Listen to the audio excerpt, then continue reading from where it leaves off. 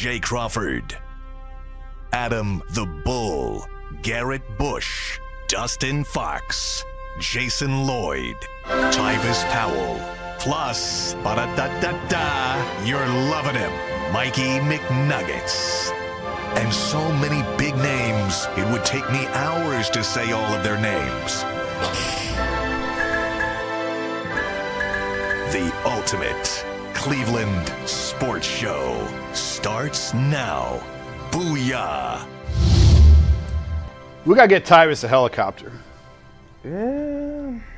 He'll be here in a couple seconds. I will go scare me. half-seas with They that scare helicopter me. for No. going back and forth to Columbus. Well, I mean, he could make that trip in what, about half hour with a chopper? On a chopper? Probably less than that. Maybe about half hour. Honestly, I don't know how fast they go. Like Great top question. speed. Like, I don't know. God rest his soul, Kobe Bryant. I mean, that's the that's the first thought. I was going to make a but joke that in chopper there. was like a freaking high end. Yeah. I bet that thing was going 200 miles an hour or 100 something miles an hour. Probably 150. Yeah. So, yeah. We're one click away from an AI just to tell us how fast. Yeah, I know, right? Yeah, probably about 30 minutes. Yeah. My man, hey, you got to get a We gotta helicopter. get you a chopper, man. We got to get you a helicopter.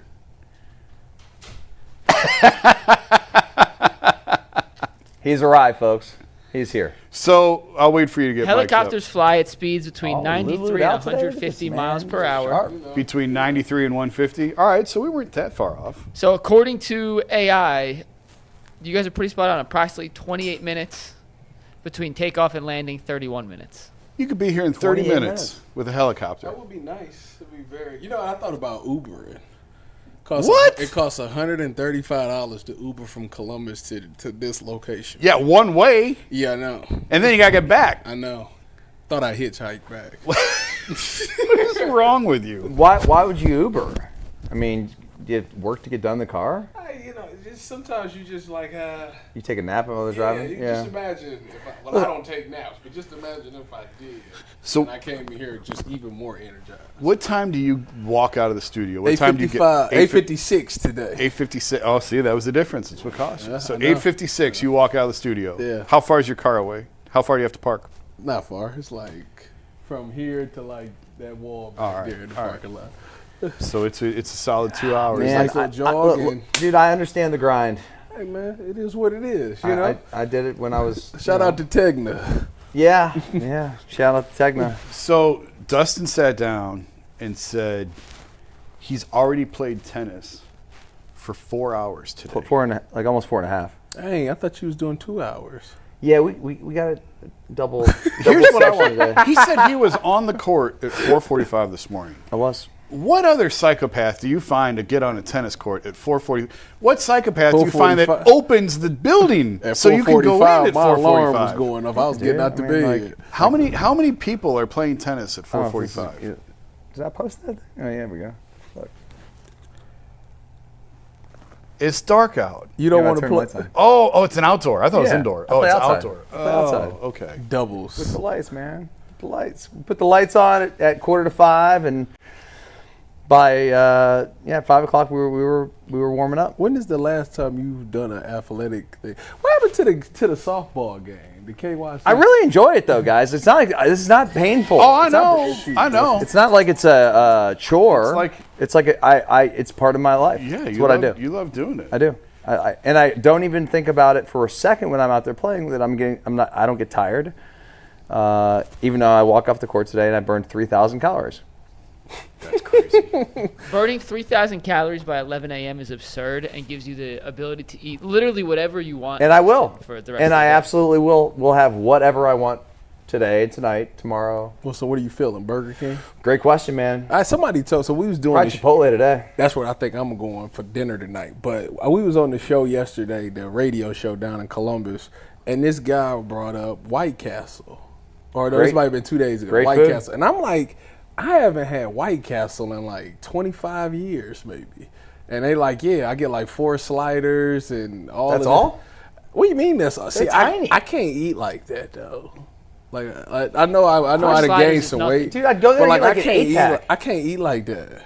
Like I feel like 4 sliders is But he said 4 sliders, onion rings, chicken rings. Sounds great. And I'm just like, what is this, Harold and Kumar? Like, what's wrong with y'all? Dude, we used to when people say White Castle, Mel Tucker, who's our DB coach when I was on stage, he had the funniest voice, and like he just like, you guys are gonna get me fired. I'm gonna be working at White Castle. Yeah. He said all the time. Yeah, I know. There's only a couple left in Ohio. It's one right off the freeway when I get on my exit in Columbus. That's one of the few. In Columbus? Yeah, it's one right there. As soon as I go past it every night, every time I'm coming home. Have you had it before? I haven't had White Castle in like 25 You years. just said that, yes. Okay. Well, I wish we had a White Castle here right now. I haven't had a morsel of food today.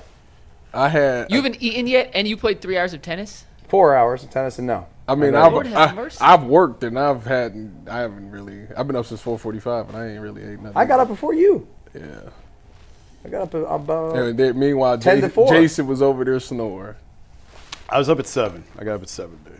Well, Jason had some other stuff he was doing. Well, Deion Sanders said that if anybody that sleeps past 7, like the women should leave their man. Good thing I was up at 7:03. Woo! Barely made it. I have a hard time sleeping past 7, 8 o'clock. No, me too. I get up at 6:30. If I'm like on a day off, I get up between 5:30 and 6:30. It's unbelievable. Really? Yeah, I can't sleep past 6:30. Even if what time do you go to bed? It don't matter if I went to bed at midnight. Wow. Like when I did the post-game show for the Browns last Friday, I went to bed at like 12:45. I got up at, I think the next morning at 5:45. Wow. Time the same way, 6:30, no matter what. That's what it is. Dude, I wake up in the morning, and if I wake up at like 3:30, and I know I'm waking up at like, 4 or 5, every morning's like Christmas for me. Like I'm that excited to go play tennis in the mornings. Every day, I'm that excited. I gotta lose 20 pounds so I can try to play. I'm telling you, people out there, that this game, this sport is like, if you really get into it, it's cheat code for life. But you don't lift no more. Nope. See, I don't want to lose my muscle. I mean, I've lost some muscle, but my core is as strong as it's ever been. I don't want, you know what I'm saying? Like I actually looked for the first time in my life. You'll get over that. Like as a DB, we lift and do all this, but it's like you just naturally skinny. For the first time in my life, like up top, I look like solid. I got on the scale. Today, bro. I got on the scale today. I was 171 pounds. Man, I ain't seen a 1 on the scale since grade school. If I see I would throw up if I seen 199. I'm not gonna lie to you. Really? Yeah, I don't never want to. Why? 225 is like the sweet spot for me. I was 250 yesterday. 225 is the sweet spot. If I lose 25 pounds, I will be 250. 250. Do I look 250? No. Yeah, I mean, no. I guess I don't think about you being 250 because your frame is so big. Yeah. I mean, you carry well. What's crazy is like when I got up to about 235 about a year and a half ago. People were like, "You were that heavy?" I'm like, "Yeah, I was." And I show them pictures, and I'm like, "Okay, there's a big difference." But like, if you lost 50 pounds and you were 200 pounds, you'd look like a completely different person. Yeah. But you don't look fat. Steve, man, coming Steve's up to through. his old tricks. I don't know why Steve hates me. You know, Steve, Steve never misses an opportunity. One of these to take a days, shot. Steve, I'm gonna dress like you. I'm gonna come in here with a button-up T-shirt, some Skechers on, some glasses. I'm gonna have my shirt tucked in. You know? Steve said you look better if you come looking like Steve. Nah. Yeah, he needs to come to the Tyvis Powell school of clothing. You know, You got Lululemon today? Lulu, I could be an Lulu? ambassador for Lululemon today. You know, Lulu? shout out to Lulu. You look great. Thank you. All right, that's a weird shot. Let's get up there. Let's get into some sports here. Guys. We've talked about tennis and enough about fashion. But we start today with some football. And a quick reminder that today's episode of the Ultimate Cleveland Sports Show is presented by Yahoo Fantasy.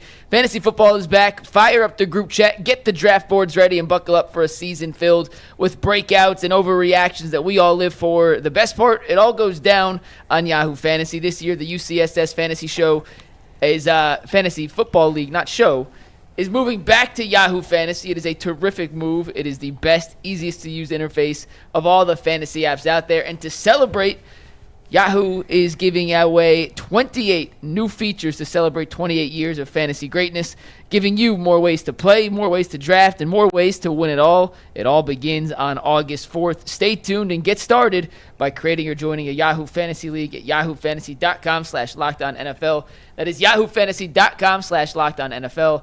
And let's make this fantasy season the best one yet. All right, guys, we learned during the show yesterday that the reason Shedeur Sanders did not get any reps in the joint practice between the Browns and the Eagles was that he injured his oblique in the pre-practice warm-up session. Kevin Stefanski spoke before the joint practice today and said Shedeur is day-to-day with an oblique strain. He is unlikely to play Saturday, but they won't officially rule him out. He even at one point said, quote, "We're going to have to put him down for a few days," which I thought was a little harsh because it's just Put him down? just an oblique strain. But I knew what he was trying to say. Not a dog with cancer. I know, man. I know. But those were Kevin Stefanski's legit words. I don't think he meant they were going to euthanize Shedeur. Yeah. They're Put going to him let him down. sit and recover. He did not participate in practice today. Tyvis, you weren't here yesterday, so I want to start with you on this.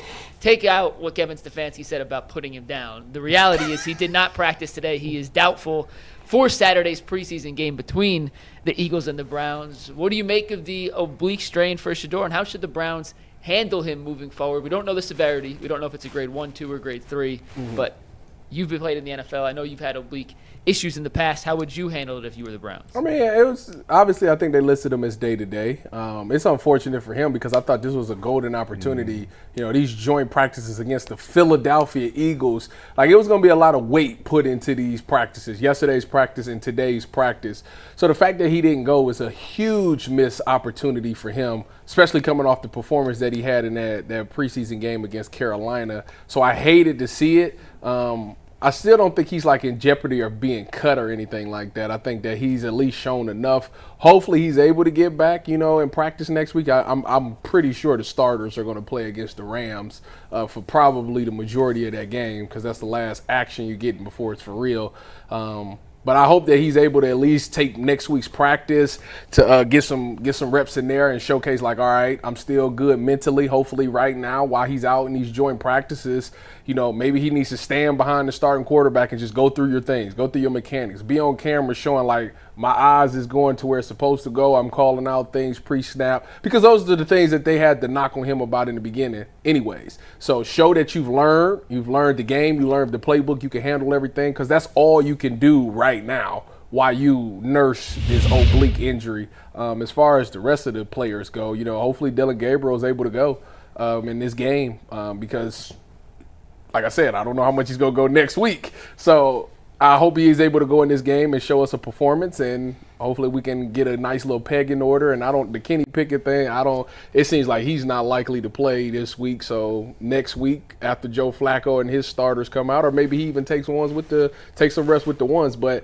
you need to make sure that you've seen all of these quarterbacks so you can make an accurate decision. And the reason why it stinks that Dillon Gabriel and Shedeur got hurt during training camp is because these reps are so valuable. Once the season starts, they're not giving them a ton of reps. Like, it don't work like that. The ones get a ton of reps. Think about it. DTR took no reps. He had to go start a game. So the ones take a majority of the reps. Obviously, the twos get a little bit, but it's not a lot at all. So that's why these reps in training camps is so valuable, because once the regular season comes, you won't get these opportunities to get these reps. Well, I'd say this much to start. You know, it's good that he's day-to-day because these things, and Tyvis, you know this from being a player, muscle injuries take a long time to heal, and it requires a lot of rest to get things back to being normal. And so by saying that, I mean, if this were a tear, an oblique tear or something that was going to cause him to miss like a month or 6 weeks or longer. Isn't that what happened to Travis Bazana?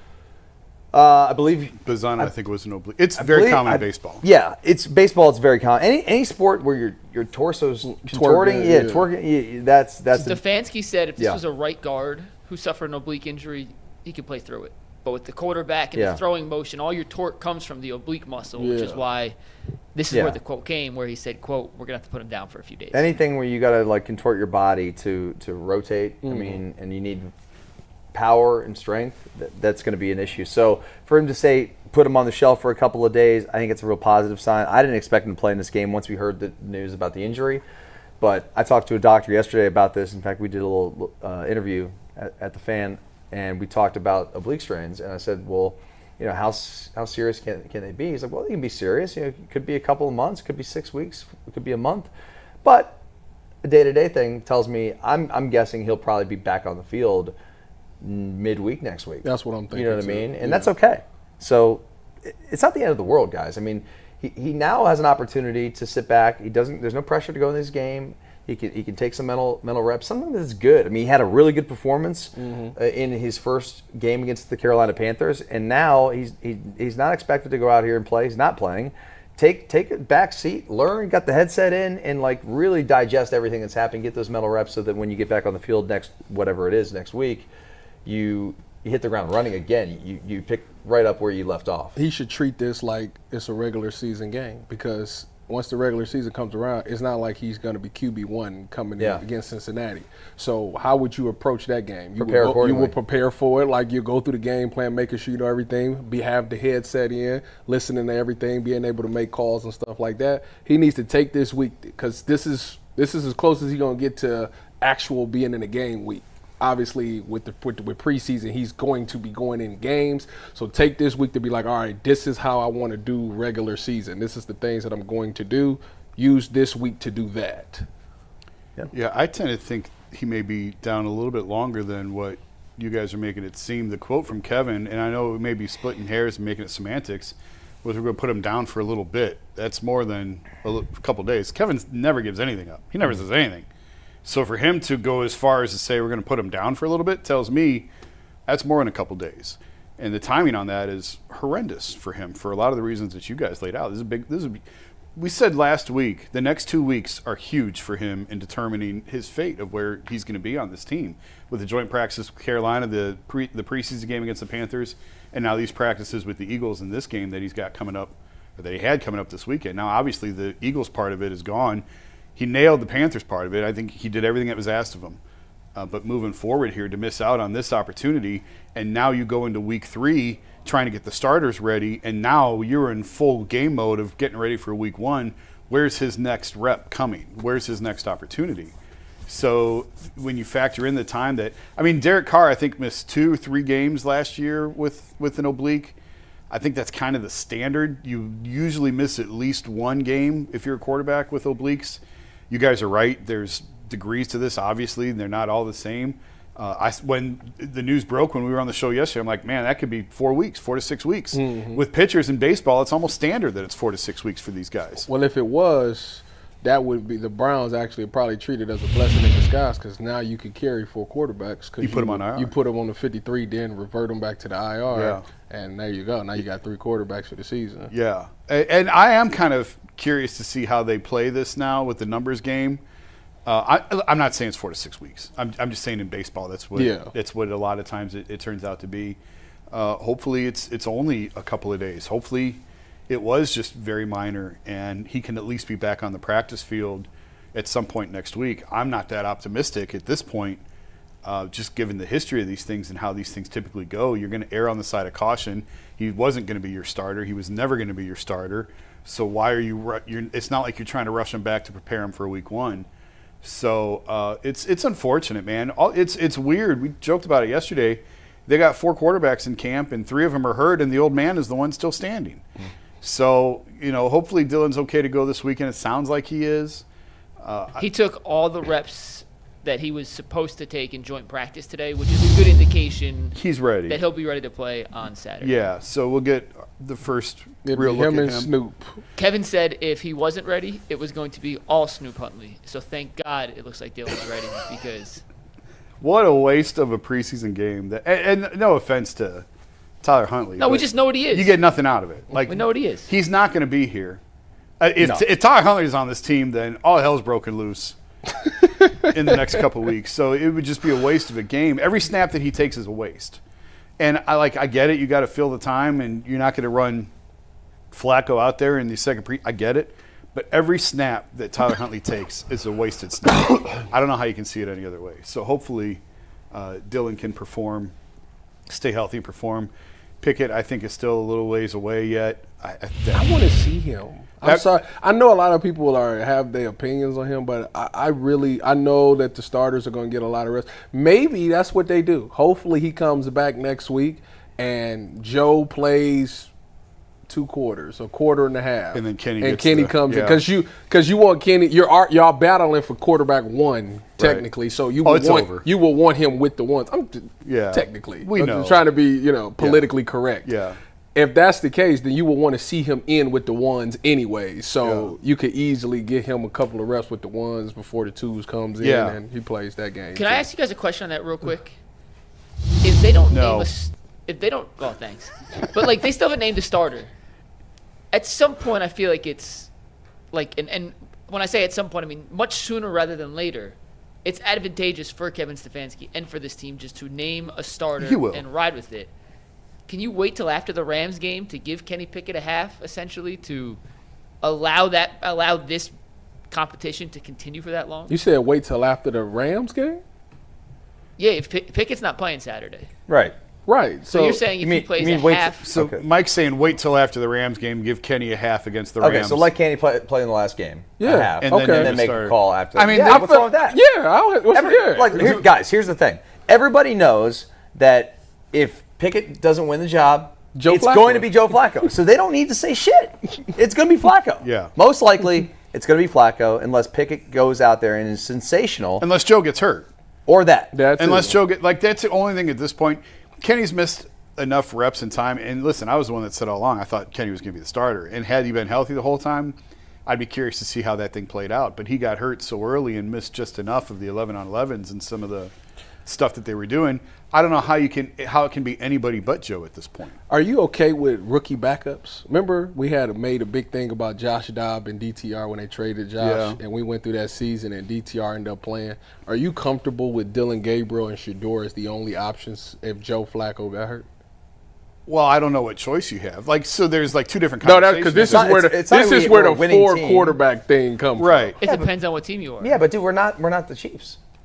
The Chiefs aren't going to have a rookie backing up Mahomes. There's no chance. But I think what you're referring to was they proactively traded Dobbs for a late pick, whatever it was. Yeah. And they willingly went into the season with the rookie as the backup. And then Deshaun goes down, and then you have to throw Dorian in before he's ready. I don't know how many more quarterbacks you want him to sign. They're at 4. I mean, they're at 5. They're at 6 if you count. 6 no, right now. I only bring that up because then that's for the 4. That's why people want to carry 4 quarterbacks. That argument. Right, and I think they will. I think Kenny's on this team. I don't think Kenny's getting cut or traded. I think that I think that's a waste. Maybe at some point. I really believe that's a waste of time. Maybe at some point, one of them gets traded before the trade deadline if a quarterback goes down during the season or a team needs But I think you don't think that's a waste of time to carry Kenny? Carry 4 quarterbacks? Yes. When right after the draft, I thought Joe was the odd man out. I said that. Yeah. I said I thought Kenny would be the starter. Mm-hmm. They'd carry 2 rookies, and Joe would be the odd man out. I think because of I think they'd be very comfortable. I know they'd be very comfortable with Dillon in there right now, taking snaps in an NFL game. I know people don't want to hear that. I know it blows people's minds. I'm not saying I agree with it, endorse it. I haven't seen enough of the practice. I'm not an NFL scout. I'm telling you what they think. I'm glad you made sure you put that out there that you don't endorse it. This is not – don't shoot the messenger. This is not my opinion. This is how they see it. This is what they think. They'd be very comfortable putting Dillon Gabriel in an NFL game. So I think they would be comfortable. And so if that's the case, then you don't need to carry 4. And maybe they do get rid of Kenny at that point. Maybe they do. But I just think right now it is such – and listen, I'm the one that said all along they're not trying to win. But it is such a long season. It does feel like a risk to go with a 40-year-old quarterback who could go down at any moment and then have 2 rookies, and you got to make it through 17 weeks with that. Whew. That's a long, long grind. If he goes down in week 2 or week 3, and then what? And Dillon's in over his head, then what? Let me say this, guys. I don't think that Pickett has any chance of being released from this team. I don't think that they would get anything for him to try and trade him anyway. So I think he'll be here. Yeah. And the main reason being that they traded for him. That's what I said. And they're not going to just give up on this guy. And to also your point about Flacco being injured, the other thing that Flacco does that Pickett doesn't do is turn the ball over. Yep. So Joe's going to give you those highlight reels plays where he throws, a bomb touchdown to Jerry Jeudy twice a game maybe. He's a 2-touchdown, 2-pick kind of guy. But that's not going to. You can't win like that. So I think he's going to make it fun.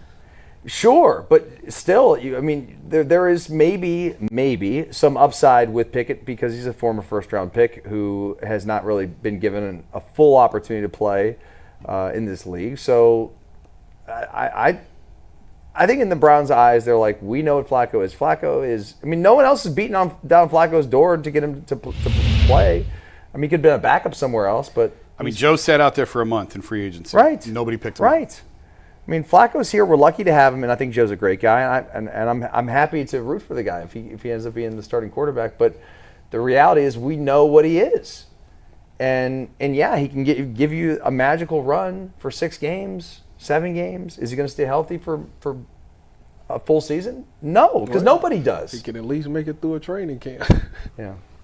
And partly, I think, they've had him in bubble wrap basically most of this camp. He's hadn't really done a whole lot. And part of that also is probably wise and by design, knowing how old he is and why subject him to soft tissue injuries like what some of the other guys have already dealt with. So it sucks to be Joe Flacco because, it's great to be Joe Flacco.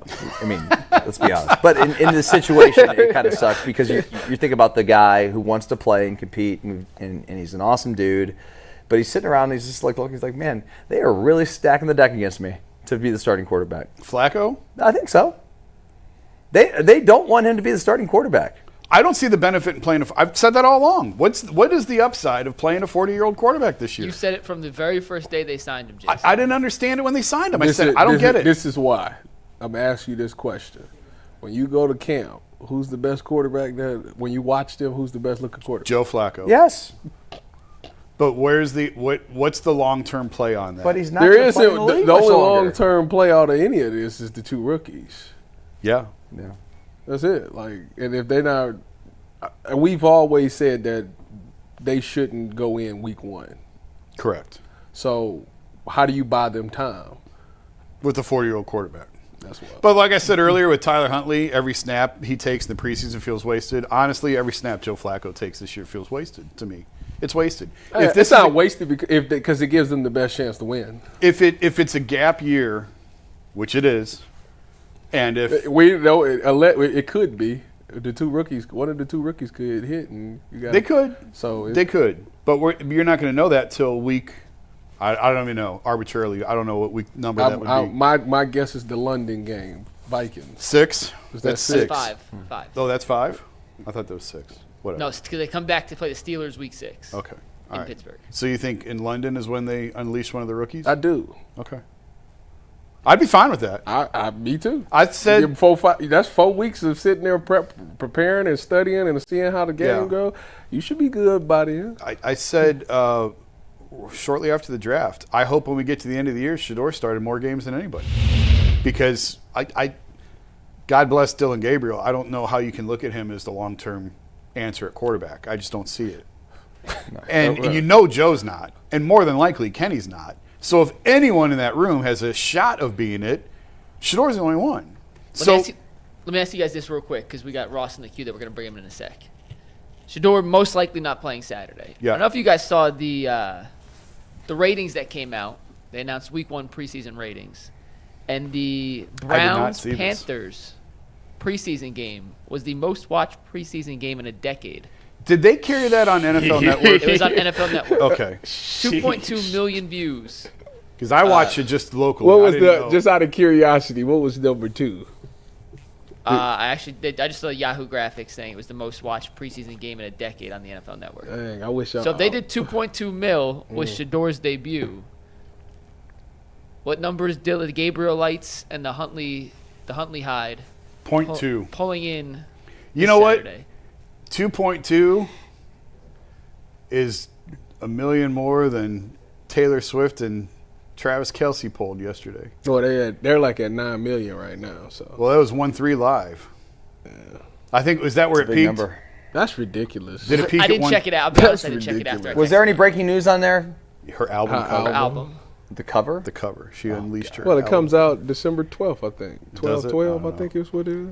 My daughter is. I not- didn't watch none of it. I just seen some clips and stuff on Twitter. My daughter is not a Swiftie. So Oh, my wife and daughters is. So Are they? I caught my wife. I came upstairs last night. She had it paused on the TV, and I'm like, "What are you doing?"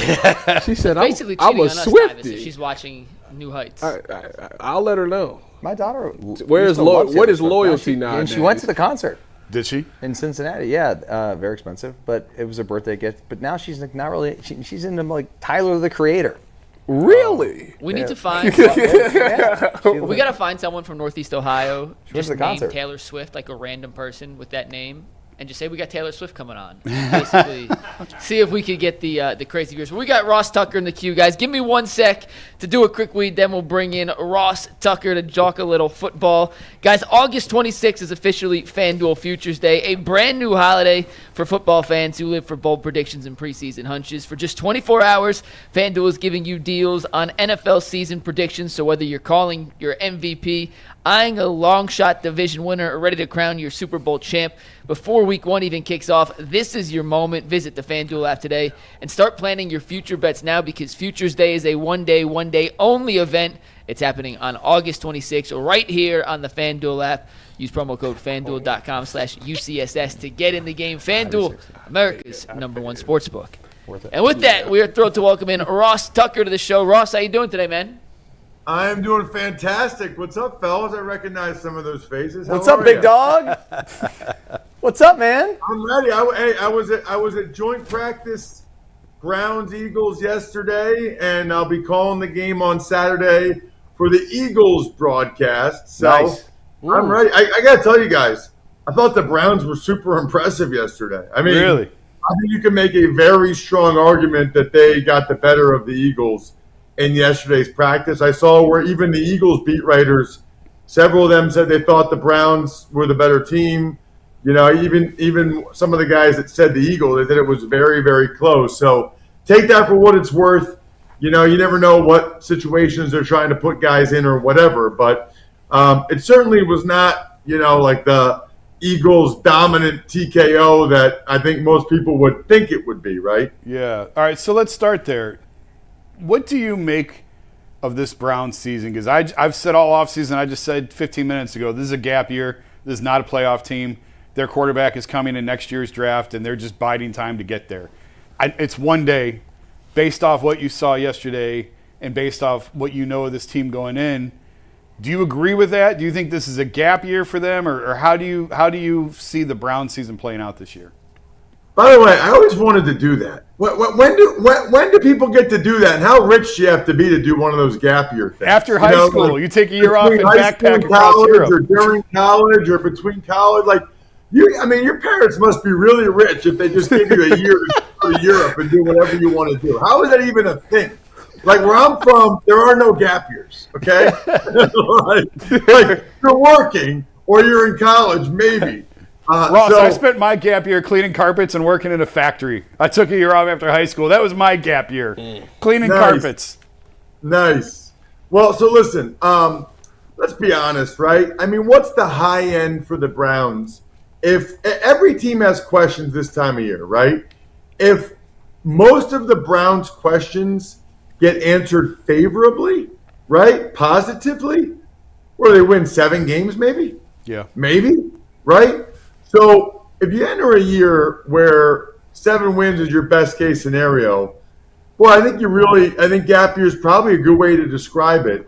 You know, they made a pretty loud statement when they traded down with the Jaguars, who moved up for Travis Hunter, right? I mean, that statement was, we are taking a longer view of this thing, and we're trying to get the guy that we need at the most important position. We know it's not Deshaun Watson.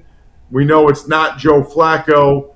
I kind of like their approach, you know? I mean, I kind of like Dillon Gabriel, Shedeur Sanders.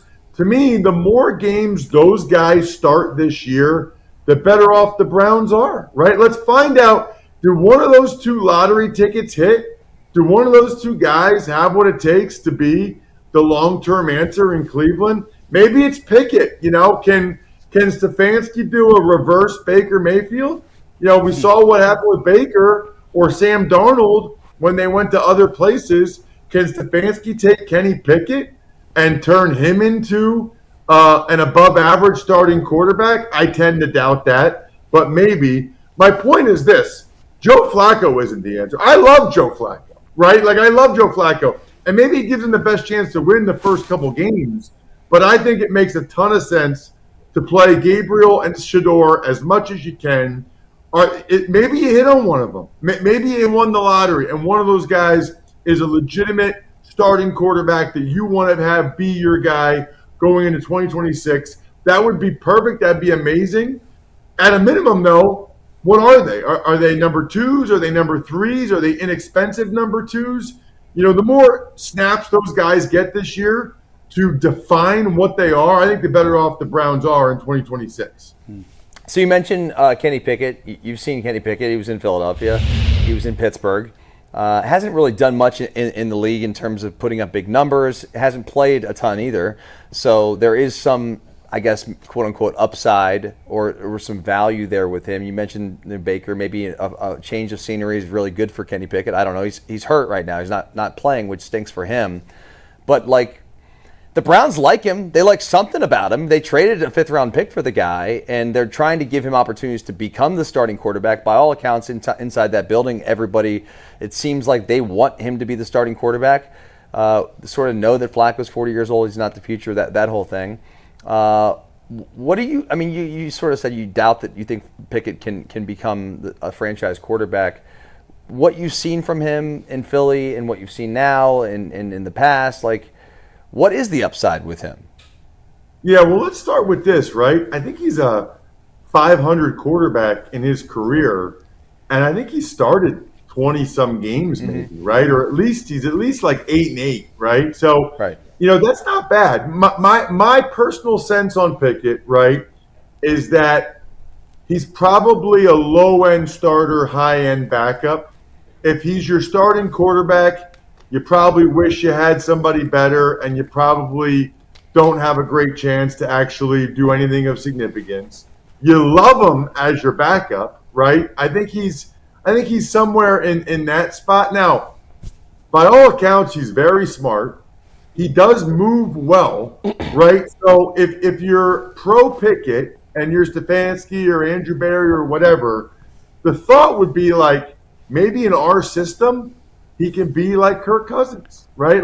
Maybe in our system, he can do what Darnold did in Minnesota last year. Maybe he has that in his body to do it. I will just say, I watched him last year in the preseason, and I think the Eagles' backup quarterback right now, who you guys will see on Saturday, Tanner McKee, I think he's better than Kenny Pickett is. Tanner McKee is impressive. Every time he's gotten a chance to play, he's played very well. I think Pickett, I'm not ready to say a guy is what he is, but it's going into year 4 now. He's been in a couple different places. I would think it's probably an uphill battle for him to be more than that. I'll also say this. Kudos to you guys, because I really thought it was impossible, okay, that you could have 3 quarterbacks get hurt in training camp when you're not even allowed to touch them. But somehow you guys pulled it off. I don't know how you did it. But, anything is possible. You guys are making miracles happen there with 3 quarterbacks getting hurt during training camp when you're not even allowed. They wear orange jerseys. You're not even allowed to touch them. 3 muscle strains for what are quarterbacks doing that they're straining their hamstrings or their oblique? Maybe I don't think the Browns are cursed. I said this on social media at Ross Tucker NFL. I said this morning on the Ross Tucker Football Podcast. I don't think the Browns are cursed, but I know some people that do, and this would not be favorable for my argument, right? Dude, Shedeur plays great, and then he's at a joint practice, and in warm-ups, he hurts his oblique. You really can't make some of this stuff up. Half the people in Cleveland don't even know what an oblique is. And now Shedeur can't play on Saturday because of a strained oblique. It's incredible. Never underestimate the Browns' ability to Brown. Well, Ross, I appreciate you admitting that the Browns traded for the wrong Eagles backup quarterback. That was funny to hear you say that. But let me ask you about Dillon Gabriel. You was at practice. You got to watch him. ESPN Cleveland does the quarterback tracker thing. They said he was 6 of 19 with 2 touchdowns. When you hear 6 of 19, a lot of people is like, that's terrible, but you see 2 touchdowns.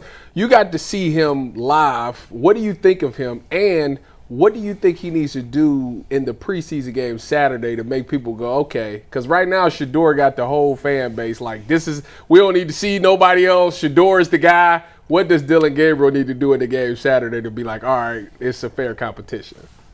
Well, let's hope he plays Saturday because he played a bunch in the joint practice yesterday, so you would think he'd be able to play on Saturday. I got a quick story for you guys, by the way, about Dillon Gabriel. 2018 for CBS Sports Network, I called UCF against East Carolina. Dillon Gabriel was the starting quarterback for UCF. His star wide receiver was Gabe Davis, okay? Wow. You said 2018, Ross? 2018. Oh my God. Fast forward, it's 2025. Okay? Yeah. Gabe Davis played his 4-year contract with the Bills. Got a big contract with the Jags. Played there last year, his 5th year in the NFL, and got hurt. Gabe Davis is going to be on his 3rd team and his 6th year whenever he signs with somebody in the next 2 weeks.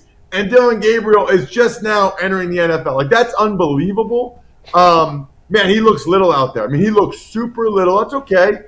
You know, that's become more of a popular thing with guys like Bryce Young and to some extent Kyler Murray, Tua, Baker, whatever. You know, in fairness to him, you know, I would say half of those 19 passes were bootlegs where they got Gabriel on the move, so the hamstring must be okay, and nobody was really open. I mean, credit the Eagles. I told you they didn't look great, but they were certainly prepared for bootlegs because every time Gabriel booted out, he's just running, patting the ball, nobody was there, and he had to throw it away. It was not like he was missing throws or he was scattershot that I saw. It was mainly on these boots that nobody was open, and he kind of just had to dirt the ball or throw it away. Does that make them too predictable with him? Because you can't just let him stand in the pocket. He does have to move. You do have to move the pocket with him. Does that almost play? I mean, you're right. There's a trend now of smaller type quarterbacks.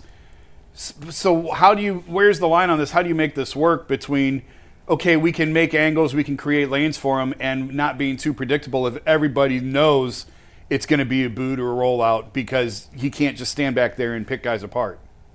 It's a really good question. And here's how I would look at it. If he's under center, okay, I'm thinking boot or quick game. If he's under center, I'm thinking boot or quick game, maybe play action, but I don't think it's straight drop back. Now, the way they can help him is put him in the gun, which is kind of the offense they tried to run last year, actually, and have him get the ball out quick, which is what he did in college, what he did at Oregon last year. You know, he's very smart. He's super accurate. He's like a poor man's Tua, right? Like that's how I would describe him, as a poor man's Tua. Not quite as strong of an arm, not quite as accurate, not quite the level of anticipation, but he's good. I mean, they like him and they want to see what he can do at the NFL level. Obviously, they liked him more than they liked Shedeur. Shedeur did some really positive things. I thought it was interesting. You know, watching the TV copy, I thought Shedeur was fantastic. And then I had Greg Cosell from NFL Films on my Ross Tucker podcast this morning, and he mentioned multiple plays where there was a guy open that Shedeur was supposed to deliver the ball to, and he didn't. For whatever reason, he either didn't see him or didn't like it, but that was the read, and Shedeur didn't go there. So people don't see that, right? They just see the end result of the play, which is ultimately all that matters. But that is something just to note and for you guys to file away, was that, you know, even if the passes he threw were for the most part accurate, he did miss some throws, meaning miss some throws that should have been made or reads that were the correct reads on certain plays. It's really interesting that you say that because I watched the TV copy and saw a lot of the throws that he made, and I'm thinking to myself, man, this guy actually looks like an NFL quarterback. Like he looks the part. He threw some passes. The way he pats the ball. I mean, it's pretty how he plays the position. But then you bring in Greg, who's the best, obviously, and breaks down the tape and knows where the ball's got to go. And I never played quarterback. I was a DB, so you watch some of that stuff and you think to yourself, well, like can Shedeur Sanders be a good NFL quarterback if he's limited with his knowledge of playing the position and knowing how to play the position? Like, is there a way that they can sort of like not baby him along, but bring him along? Because the knock on him was, the guy didn't have a lot of good whiteboard sessions. Like he just wasn't really prepared for the NFL and being a pro, because things just kind of came easy to him, I guess, in high school and college and what have you. So now here you got a guy who looks like he can be a player. He's got the ability, but maybe it's going to take him a little bit longer to get it upstairs to start to click. Well, by the way, first of all, Dustin, if you like white DBs, you'll love the Eagles, bro. I love you guys, man. Yeah, Cooper DeJean, baby, my is guy. everything you were supposed to be, Dustin. Cooper DeJean is living your dream right now. That's who you were. Dude, he is who I was supposed to be. Man, but anyway, Hey, I'm glad we're doing it. We're back. We're back. The guy is good at everything. The guy won Devontae Smith's. He was the MVP at Devontae Smith's celebrity softball game. When I went to Kelsey's event, I got Cooper as my beer pong partner. We went 11-0. Huh. It's legendary. We still talk about it to this day. 11-0 beer pong. So watch Cooper. He won't play on Saturday, but Cooper he's probably like a 2 handicap too in golf. He's probably like a 2 handicap, isn't he? Guaranteed. Oh, dude, have you ever seen his basketball highlights? Oh, yeah. It's like yeah. the craziest thing I've ever seen. Yeah. Well, he's like levitating. So as far as Shedeur goes, I think the answer is no. I don't think he can be a good quarterback without really having a great feel for the offense and reading defenses, because he doesn't have overwhelming physical traits. What I would tell you is, number one, he looked faster on those runs against Carolina than I ever thought he did at Colorado. I thought he looked fast. Number two, what he has is a outstanding feel for the game, right? A couple of those touch throws he made, Yep. the one touchdown, the one where he rolled out right, just beautiful, right? Like his spatial awareness, his feel for the game is elite. If he does get to the point where he really becomes a student of the game and his whiteboard sessions are better and he understands defenses more, I don't think there's any question he can be an above average starting quarterback, because I do think he has enough in the other categories. But I talked to multiple people from multiple teams that was a huge concern when they were asking him questions during the pre-draft process. There was a sense that he really did not have a great feel for defenses or the progressions or any of those things, and he's more just kind of playing football. So you can look at it as a negative, as like, dude, you can't just do that. Or you can look at it as a positive and say, man, he's pretty good if that's what he's doing. What if he actually, put the time in and was able to really learn this stuff? How good can he be? You can look at that as an upside thing. Ross, you say that. My question is, okay, let's play devil's advocate. Let's say that the Browns go into this season, Joe Flacco's the starter, Dillon Gabriel and Shedeur is the 2 backups. Let's say they get to week 5 and Joe Flacco goes down with a thumb injury, something like that. Who would you put in the game? Who would you roll with for that? Let's say Joe is out for the season. Who would you roll with for the rest of that season? Like, who would be first in your eyes? Yeah, so I think unless the guy that goes in first plays really well, I think I'd give them both a bunch of time. That's why I think these preseason games are so big. To me, they are jockeying right now to see who that next guy is. And I would say right now, this is tennis, which is like an awesome hat that Dustin's wearing, okay? Thank you. Tennis, right? It would be advantage Shedeur right now. It's advantage Shedeur. Now, Dillon Gabriel on Saturday, he has a chance to send that thing back, right? And to get it back to Deuce, or to maybe make it his advantage. But if he performs poorly, if Gabriel performs poorly on Saturday, how could you put him in ahead of Shedeur? I mean, how could you do that, right? So I think that's, to me, what these next 2 preseason games are about. We'll see if Pickett can get healthy and get out there. But to me, it's about Shedeur versus Gabriel battling to be the first guy in after they pull Flacco, whenever we assume that is, week 3, 4, 5, 6, whatever. And here's the thing about that. You really want to be that next guy. Because if you're the next guy and you play well or things are going well, then the third guy never gets a chance. You have a chance to just stay in there. Yeah. So I think right now that guy would be Shedeur, but I don't know if I'm coming on next week or the week after. Ask me then. It could change. Yeah. Ross, when you're talking about all the traits that Shedeur has now, and if he picks up the whiteboard stuff on top of it, then you've got something there. How long till they know that? How long does a team give a guy to figure out? Because I'm under the impression they traded down, they're getting their quarterback next year, and it's on Dillon or Shedeur to change their mind. They have this year to change their mind that we don't need to go get a quarterback. We have one of these guys right here. So how long does Shedeur have to change their mind? I know you could say all the way up until the draft next year, but realistically speaking, is it really that long, or how long will they give him or Dillon to grasp, okay, he's picking this up, he's doing what we want, he's going to get there, we don't need to take a quarterback? Yeah, I think it depends on how well he plays when he starts regular season games. I fully expect both those guys to start regular season games. And I think, he doesn't have to get all the way there, right? It's if he's progressing and he's going in that direction, then that might be enough for them. He's not going to have it all figured out by the end of this year, but if they're seeing enough growth that leads them to believe with a full offseason as the guy that he would be there, well, then that's very possible. I don't think it's as important as the on-the-field stuff, but when a guy gets pulled over for speeding, okay, and then whatever it was a week later gets pulled over for going 100 in a 60, that's really concerning to me, especially at that position, because you really at that position need to learn from your mistakes and grow. And I don't really care that much about the speeding part of it, but it's like these are lessons that, especially at that spot, that you wonder if he is going to learn it. You wonder if he is going to learn it. He just played 4 years of college football, and I think started every game.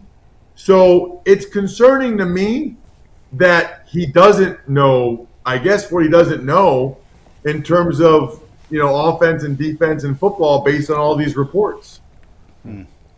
Good stuff. Ross, thank you. You're the best, dude. When's your first game for CBS, Ross? What do you got?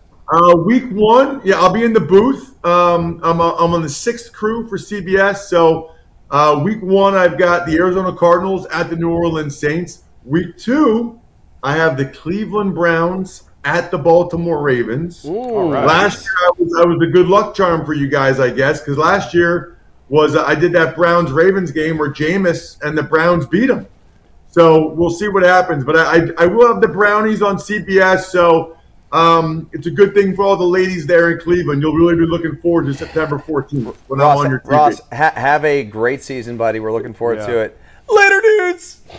Later, dudes. Looking forward to being on with you guys all year. It's going to be fun. Hey, real quick, plug out your stuff again. Plug everything that you got. Yeah, man. So social media is at Ross Tucker NFL. Typically on the weekends, I will show the press box food from the Browns Eagles. People are intrigued by that. I'll also show my beer after the game at Ross Tucker NFL. I played 7 years in the NFL, by the way. We got to get that fixed. Those 2 years, that counts. That hurt.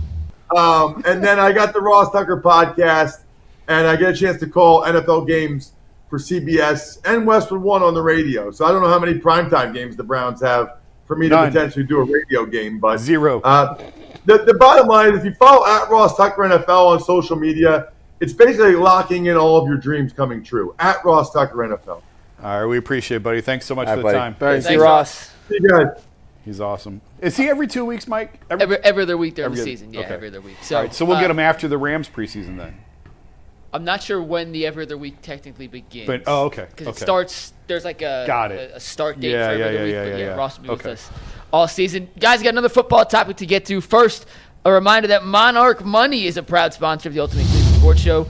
Most people can't name all their financial accounts or even what they're worth, whether it's 401ks, properties, or investments. And we don't have the full picture. You can end up leaving money on the table. That's why there's Monarch Money. It's an all-in-one personal finance tool that brings you your entire financial life together in one place. Easy to use on your laptop or your phone. Monarch does the heavy lifting. You can link all of your accounts in minutes, see clear data visuals, get smart categorization of your spending, and finally feel in control of your money without ever touching a spreadsheet. Don't let financial opportunities slip through the cracks. Use promo code LOCKEDONNFL at monarchmoney.com in your browser for half off your first year. That is 50% off your first year at monarchmoney.com with promo code LOCKEDONNFL. Guys, at the end of the 2023 season, when Joe Flacco took over the starting quarterback role for the Browns due to injury and led them on that furious playoff push that we all remember, he developed quite a chemistry with David Njoku. And Steve, you want to take 307 here real quick. I did a little side-by-side of David Njoku's numbers with Joe Flacco that season and with every other Browns quarterback he played with that season. Steve, you want to take that full here. You guys can see that during his 6-game stretch with Joe Flacco, which does include the playoff game, by the way. The numbers tell the whole story. 11 games without Flacco, and Njoku had 51 catches for 492 yards and 2 touchdowns. In just 6 games with Flacco, he had 37 catches for 483 yards and 4 touchdowns. If Joe Flacco is named the starter, and for the sake of this conversation, let's pretend he will be the Browns' Week 1 starter, does that chemistry and does that connection last even if with a season in between, Tyvis? Or is that something that those two have to redevelop on the fly in 2025? I mean, it's one of those things that once you get going, I think they'll naturally be able to pick it back up. I'm not saying right out the gate that, boom, it's going to be what it was. Obviously, having some time off, things change. People add extra things to their game and things like that. But it's clear that Joe Flacco believes in David Njoku and trusts David Njoku a lot. So he's going to give him the ball. I expect David Njoku to have a good year. On top of all of those things, David Njoku knows it's a bad year. Joe Flacco knows he needs to get paid this year. And everybody in the Browns organization knows David Njoku needs to get paid this year. So I think there will be a good handful of plays a game that is tailored to David Njoku being able to, capitalize on those things, because you want him to earn his money. You want to be able to pay him and be able to give him his money, or else somebody else pay him. So I think that connection does happen again. Plus, it's not like there's a whole lot of other options. It's him and Jerry Jeudy as the guaranteed guy. So naturally, he ain't got no choice but for them to recapture their chemistry. I think it's pretty simple, guys. Joe Flacco, absolutely, in offenses that he has thrived in, loves the tight ends. You go back to his days in Baltimore, he had Dennis Pitta. He had Mark Andrews. He was here in Cleveland with David Njoku. You put up those stats. When he was in Denver, he had Noah Fant. Like, all these guys ended up having big seasons when Flacco was throwing them the ball. It's a security blanket. It's the way that he goes about his progression. Something about it, he feels very comfortable throwing the ball to tight ends. And if I'm David Njoku, I am praying to the football gods that this is going to be my quarterback this year, because I'm in a contract year. Okay, I'm going for big time money, and I need those numbers. Those numbers you just saw on the screen, he'll put up this year. And by the way, should be a pretty good year for Flacco, for Harold Fannin as well, if he ends up getting in the mix, because we've heard good things about what he's been doing in camp. So both those tight ends could have pretty big years. And then you add in Jerry Jeudy. Like, all those things bode well for this offense to be at least somewhat productive, more explosive than what we saw a season ago. Yeah, you guys covered everything I think I was going to hit on. Nobody, I think, was more excited for Kenny Pickett's hamstring injury than David Njoku, because he knows what type of numbers he can put up and what a big year this is for him. And, yeah, I don't think there's any reason to think that the connection will be anything but what it was the last time they played together. And, we were joking yesterday about Gary Barnidge and like, man, where did that season come from as a Browns tight end? Yeah. And what did we say? Well, somebody's got to catch the passes. Well, that's the case this year. I mean, yeah, Jerry Jeudy's there, and Jerry had a great connection with Jameis Winston last year. And Amari had great numbers with Flacco as well when he was here. So Judy can get his. But you got to have more than one guy who's going to run out and run routes and catch the passes. So, yeah, I expect David Njoku to have a big year. And I kind of thought that the Browns may try and get something done with him prior to the season in anticipation of that, because if David has a big year, the price is only going to go up. And it feels like he's been here forever. He's only like 29, 30, somewhere in there. So, he could still get another moderately decent contract out of this. The numbers on the screen are his numbers last year. Yeah. 505, 5 touchdowns, receptions up. Was he? I mean, he had 480 yards in 6 games. How many games did he play? Last year? He missed a couple. He definitely missed a couple. Yeah. He was supposed to have like this really big year. Like everybody out of camp was He played 11 games last year. Yeah. Okay, I will be curious terrible. to see him. I mean, I haven't seen him much. I've been at practice a few days. He was not in the same shape last year that he's been in previous years. I don't know why. I don't know. He was not in the same shape. Like even my uneducated dumb eyes could look at him and go, that dude don't look the same as he did. Did you think he looked just bigger? Heavy. He's heavy. not fat. I don't want to like. I You don't know why? Is it blocking? Because he's gonna be blocking tight end primarily. And okay. And Harold Fanning when they do 12 personnel. No, I mean last year. Oh, you said last year he was heavier. He was heavy. Oh. And I don't know why. I don't know if they wanted him to be. I don't know. I just know he was heavier last year than you could just see it, like, because he loves to walk around with the shirt off, and you could just see last year compared to previous years. Excuse me. Sorry. He just was different, and so I'm curious to see this year if he's back to the old Njoku or if he's still a little bit heavier. The day that I saw you out at camp, the day you and I went and Earl was there. Yeah. Njoku, I mean, he's always been a big dude. Yeah. Like, gigantic. Last year, I thought he looked bigger than he ever had, and I only got to see him up close and personal at like the celebrity softball game and then 1 or 2 practices, and I thought he looked slimmed down a little bit from last year, but he's still significantly bigger than the other tight ends in the room. I don't know exactly what the preferred weight cap or like what his best playing weight is, and I'm not sure what the Browns strategy, hey, you got to be a certain weight because we're going to have you block or a certain body type, but he's just built different than the other tight ends in that room. And I'm curious what you think is someone who's gone up against those kind of guys, the best way to kind of handle and manage that. Well, I mean, for him, like I say, if he had the extra weight on last year and it doesn't affect his speed or his route running, then I wouldn't have never lost it. Now, if he lost the weight this year from what you've seen, then to me that just means that maybe he thought that extra weight was maybe too much on his joints. Yeah. So you wanted to lose weight so you can be lighter on your joints or your knees and all that. What was wrong with him? What was his injuries last year? Well, he got the burn. That was last year? No, that wasn't last year. That was 2 years ago. That was 2 years ago. Yeah, why did he miss last year? Did he have an ankle or I don't remember now. I know he missed games. But if I had to guess, that's probably why he lost weight. Is because he probably thought that all that stuff was heavy on his joints, and that led to some of his injuries. So that's probably why he lost it. And he wants to be more agile. He wants to be a receiving tight end this season and put up some good numbers. Yeah, I talked to someone in the building who felt like he just didn't move last year the way that he had been accustomed to moving in the past. Mm-hmm.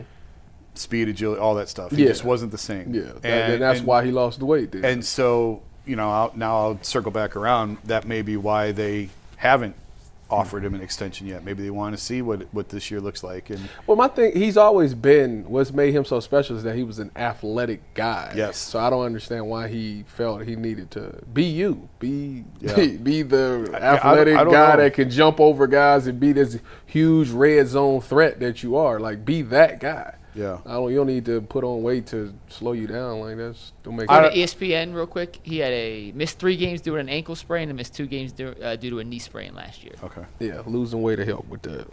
For sure. Real quick before we move on. Njoku contract year.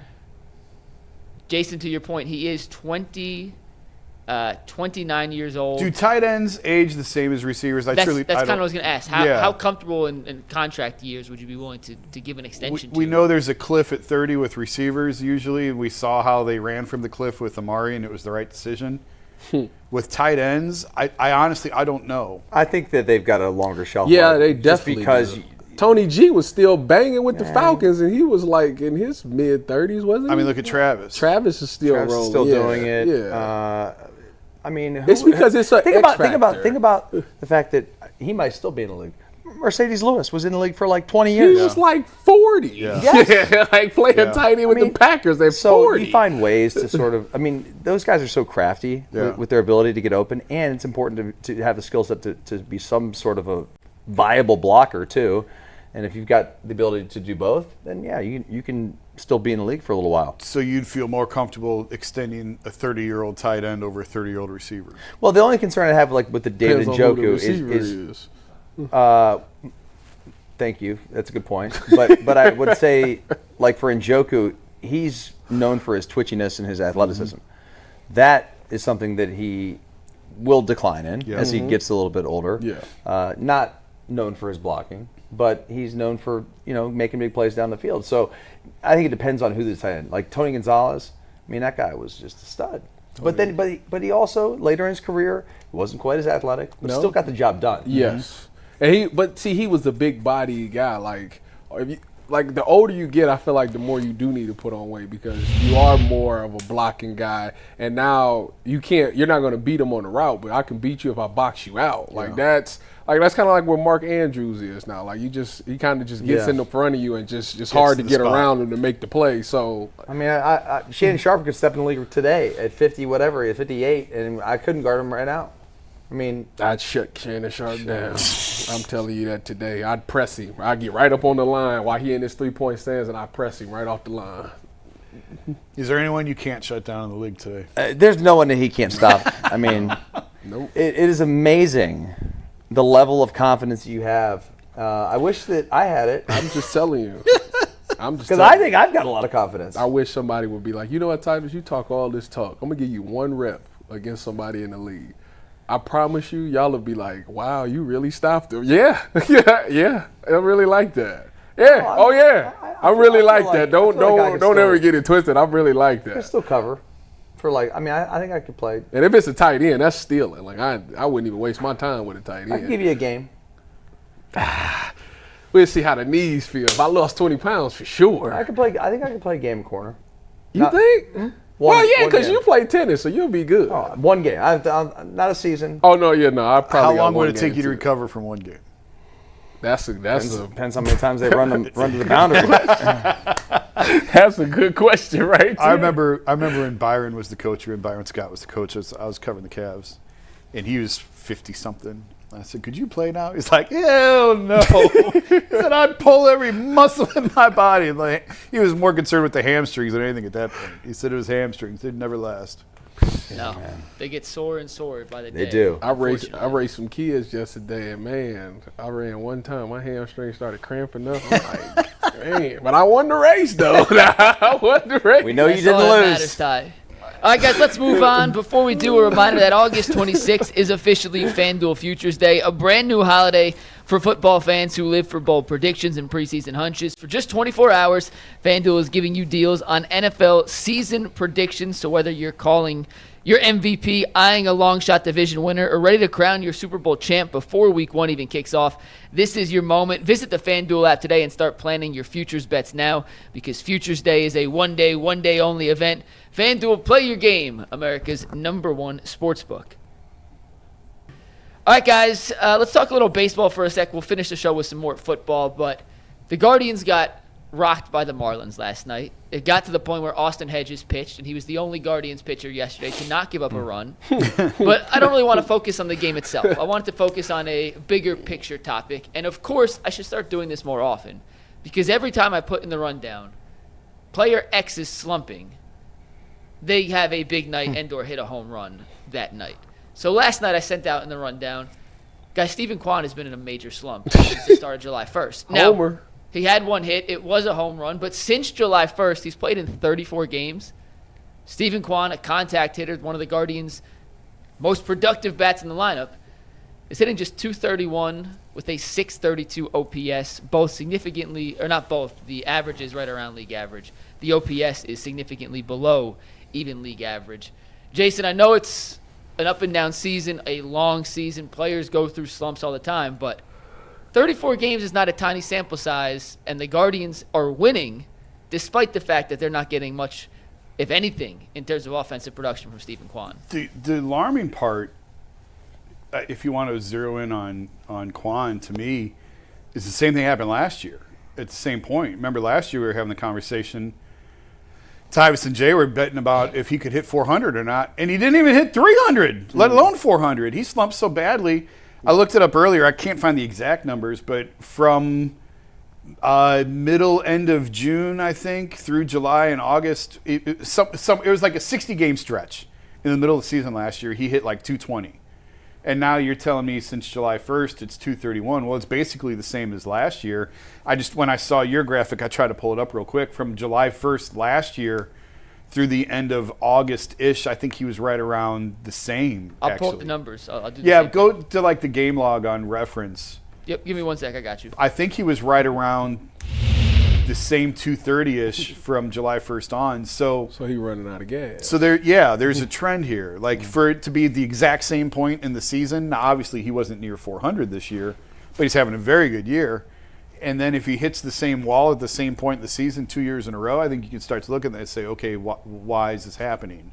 And real quick to your point, Jason. Yeah. On July 1st, he was hitting 362. And that was down, by the way. So the slump actually started prior to last year because he was around 398. On June 16th, he was at 398. Okay, there you go. So June 16th, which was the 69th game of the season. So over the final 100 games of the season, his batting average dropped 106 points. Yeah. So I think there's it happens once. You say, okay, whatever. We know he's not going to sustain a 400 average all year long. It's regression to the mean. But for it to happen 2 years in a row at the exact same point in the season, yeah, I think there's something to that. And I think you need to sit down and look at, does he need more time off? Like, they rest everybody else in the lineup. Maybe you need to sit Kwan a little bit more often. I don't know. It's just for it to happen 2 years in a row like that, yeah, I think that there is reason to be concerned. I hate that you went first. I was going to say, yeah, they're winning in games right now. It's everybody, 162 games, you expect somebody to get a slump. But now you bring up it's been 2 years at the exact same spot. Sounds like to me, first of all, 162 games, that's a lot of games. That's a lot of games.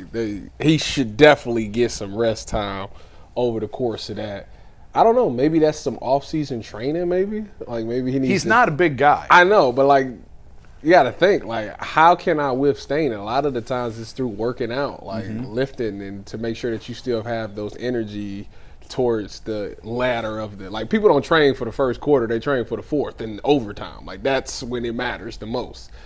And it seems to me like that might be something that he needs to look into, which it's weird because you would think that after last year's season, he would talk to his people and be like, we fell off at this moment. What can I do to not do that again?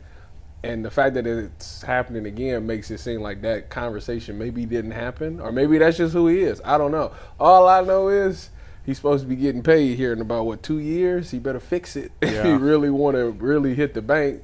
But if you're going to give me a homer once every 6 games, I'm cool with that. Yeah, slumps happen.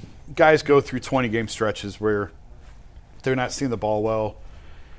They're not getting the flare to drop that maybe they do when they're going well. So, 15, 20, 25-game stretch, you're not going to get too worked up about. You're at 34 now. It's just the fact that it happened last year, and from what I pulled up, it was a 60-game stretch. So when you got a 60-game stretch of last year where he's hitting 220 after he hit 400, and now here we are at 34 games since July 1st with still a couple weeks to go in August, let's see how the rest of August plays out. If it stays in that 230 or dips even lower to that 220, 230 range where it was last year, that to me, that's a trend. He ain't lifting during the season. I don't know how much he lifts at all. He's just not. Wait. Well, I mean, that's the problem. I mean, I'm sure they all do. Yeah. I'm sure they all do. He need to lift during the season. I don't think he's just a light lift. I don't think he's taking creatine and trying to bulk Well, up. he should. Yeah. Well, how do you get out of a slump if you're Kwan? You know, whenever you're struggling with something, I think sometimes you go back to basics, right? Yeah. Maybe you try to become a little bit more patient, and that's kind of what he was known for. I mean, the guy always got on base. So, like, do you think that there's something? Is he pressing now? That's what happens, I think, to me and some other people in other sports when we're trying to do too much, and we really can't get it going. I mean, I think about my serve in tennis. When I can't get it in, then I start, Yeah. then I'm double faulting, you know? So it's like with a baseball player, and he's not making the contact, he's not getting the hits. It's like he's trying everything except try easier. Yeah. You know what I mean? Something's got to be missing here. There's a disconnect. Nobody knows. You guys know this better than anybody. Nobody knows better than the player when it's not going well. They know before. Right. They know before anyone. Yes. Something's off. And I'll go back. Mike's actually one that pointed out to me Donovan wasn't finishing well around the rim last year, and Mike and I sort of pulled up the numbers to support it. And then after the season, after one of the playoff games, when he did play really well around the rim, I told him, like, you had like one of your worst years ever around the rim. And he didn't know the exact numbers, but he's like, oh yeah, I know. Like I know. Like, I don't know. I don't have the data, but I just know from playing this isn't the way that it normally looks. So players, these guys know when it's not going well. And to your point, maybe he is pressing a little bit. I'm not saying it's time for a full-on panic. I'm just saying it's time at the end of the season now.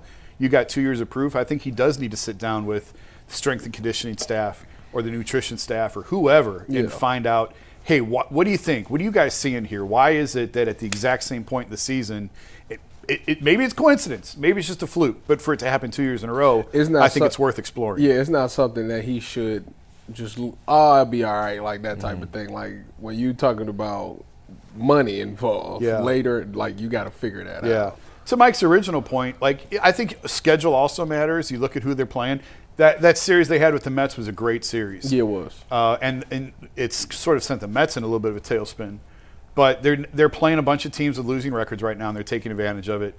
It's hard for me to look at this team and think that they can make a legitimate World Series push just because of what the lineup is and the fact that, I mean, it's sort of like with the Browns. The Browns told you what they thought when they traded down from 2 to 5. They acquired an extra first-round pick, and they passed on Shedeur 5 times or whatever. They sort of told you they felt like there's not a franchise quarterback in this draft. Well, the Guardians sort of told you what they felt about their postseason chances when they traded Shane Bieber. If they felt like this is a team that was going to make a deep postseason run and they had it all set up and all they needed was that ace at the top of the rotation, they probably would have kept Shane. But when they move on from him before he throws one pitch for them, is he pitching yet? He will start next week for Toronto. He has one more rehab start this week, and then he'll make his debut for Toronto next week. He's going to be lights out, isn't he? He's pitched well in the minors on his rehab assignment so far. He's going to be lights out, isn't he? We'll see. His velo is still not – I mean, his velo's where it should be. It's not where it was at his prime when I think he was kind of in the spider tack stuff with the sticky stuff. But he'll never don't do that. No, I'm serious. Don't do that. He was 97, 98 when spider tack was allowed. And as soon as they outlawed that, he had a significant velocity drop. Was like that. Karen checks Bunch another of guys. one. Bunch of guys. I was looking at the wild card standings, by the way, and this just run differential is not the end all be all. It's significant though. But I do think over the course of a season, it gives you a pretty good idea of how good or how bad a team actually is.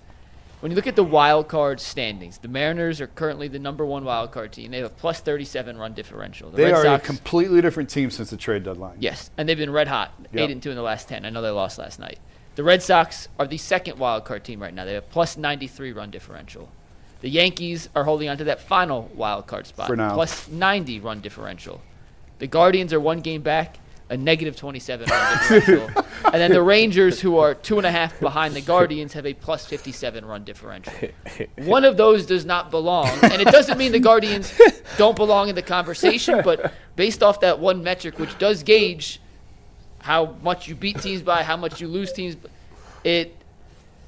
they're winning games despite the fact that none of it really makes sense, Jason. And that's a credit to Steven Vogt and his staff. It's a credit for the players for grinding out wins. Ultimately, what matters that day is who has more runs. And you take the win and you run. But if you're trying to forecast and you're trying to measure, hey, what are the odds in October when you're going against some of these other teams? Yeah, I think run differential is one of those stats that can really sort of tell the full story. And it's not – that's – I don't look at this team. There are teams, the team 2 years ago, I thought, yeah, okay, that team, they can make a run. They could do it. They could win the World Series. I don't look at this team that same way. I don't look at this rotation. I don't look at this lineup and say that's a lineup that can win a World Series. What about the postseason? No. You don't think they can make the postseason? Oh, make the postseason? Yeah, they could. I mean, the Yankees. Wild card. The Yankees are an absolute. They might catch the freaking Tigers. You think so? Yeah. 6.5 back? They got 6 to go with them at the end of the season. If they get this to 2 or 3 going into September, it's game on. And Okay. I wouldn't like sit here and put money on it or predict that it's going to happen. I'm just telling you. But because of those 6 games, they're within the wheelhouse Yeah. to get back in it. Yeah. Okay, If makes you, sense. even 4. If you're at 4 going into September. Although there will be pressure on them. Oh, for sure. Yeah. I mean, the Tigers have been Those in first games place. here or are they up there? 3 and They're 3. split. 3 okay. and 3 Okay. split, yeah. So if they get that to 3 or 4, somewhere in that window going into September, you got a pennant race. And the Yankees are just a total mess. I can't believe they're a Aaron Boone- disaster right now. I can't believe Boone hadn't been fired yet. I think the same thing. We can't. They still in the water. They lose out of the wild. So- Oh, if they lose, he's gone. That's what I'm saying. Yeah. We can't fire him right Probably now. should have got rid of him last year. So of all the teams like that Mike just mentioned, the Mariners are significantly better than Cleveland. It's not close. Boston. Boston is, I wouldn't say significantly better, but I would pick Boston in a series over Cleveland. Texas has been up and down. DeGrom's been getting blown up lately. You got that wild card standing? He just had it. Yeah, you want Let to me pop see it up again? Let me see it again. And remind you, this is just from that's the AL Central, Steve, the wild card, please. This is just from the last wild card spot. So technically the Guardians are 1 game back of the 3rd wild card Right. spot. Okay. And the division leaders are Houston, right? Houston, Detroit, And Toronto. and Toronto. I would have a hard time picking Cleveland to win almost any of those in a series, in a playoff series. Not Houston, No, I would take Houston over Cleveland. even though Doesn't mean they can't. Doesn't mean they can't. I understand. I mean, again, they told you what they thought of their postseason chances when they traded Shane. If That's they fair. were in it, if they felt like they had a legitimate chance to win a World Series this year, do you think they're trading the best pitcher on their staff for Well- a prospect? Well, when we get to our last topic of the day, Ty, move your hands. You're covering your mic. when we get to Thank the you. last topic of the day, that's we'll address. I don't remember the last time. Oh, I do. I can't wait. A holiday could be coming in Cleveland. Oh, Lord in heaven. Now I we gotta do a remember. read. I got a topic I'm very interested in next. I put it on Twitter. We got some really good responses. I'm curious what you guys think. We'll get to it after a quick word from Monarch Money. Most people can't name all their financial accounts or even what they're worth. This isn't Monarch Money, read correct. Yeah, what it's worth, whether it's their 401ks, properties, or investments. And when you don't have the full picture, you can end up leaving money on the table. That's why there's Monarch Money. It's an all-in-one personal finance tool bringing you your entire financial life together in one clean, easy-to-use interface on your laptop or your phone. Monarch Money does the heavy lifting for you. You can link all of your accounts in minutes, so clear data visuals. You get smart categorization of your spending, and you finally feel in control of your money without ever touching a spreadsheet. Don't let financial opportunities slip through the cracks. Use promo code LOCKEDONNFL at monarchmoney.com in your browser for half off your first year. That is 50% off your first year at monarchmoney.com with promo code LOCKEDONNFL. Also, don't forget the Guardians game this Friday is on WKYC when they take on the Atlanta Braves. You can catch all your coverage right here on WKYC as the Braves and the Guardians go to battle. All right, Dustin's using a bathroom real quick. He'll be back in 1 sec, so don't mind the fact that we have an empty middle seat here. But I wanted to ask you guys this question because yesterday, Kevin Stefanski spoke before practice. No mention of an injury. Then Shedeur gets no reps at practice. We're all trying to figure out why. We've learned after practice an oblique injury. But for the most part, Kevin Stefanski doesn't really give the media any answers. He's Bill Belichick-esque. He'll answer it, says nothing, leaves a lot to interpretation. Stephen Vogt, on the other hand, is often completely transparent. We may disagree with what he's saying, but he is very open, honest, and transparent, almost to a fault. I'm surprised you think that way, because I don't know. I was trying to think of examples. I don't really come to mind where he's like. I thought Kenny was more transparent than Vogt. Well, I think Kenny, I think, goes more down the middle, where he'll give you stuff, but then he also intentionally holds stuff back. He's told us, I can't answer that. I'm not giving away my strategy. Vogt, I think he's more transparent in the sense where he's like, we have 2 platoon players on this team. Like, that is full transparency how the organization is thinking. Okay. Whether we agree with it or not, that is what they're thinking. When he talked about, I don't think we're that bad of hitters despite the statistics showing that, like, he's being transparent. We may disagree with it. All right. But, right. and maybe you don't think he's as transparent For as the I do, sake of but- this, I'll allow it. Continue. So I wanted to ask you guys, which one of these media strategies do you think is the most effective? And after we decide which is the most effective, I want to get into the pros and cons of each, because we dissect and talk about all these different quotes, and we get mad at Stefanski and Atkinson and Vogt for saying certain things and not saying certain things at times.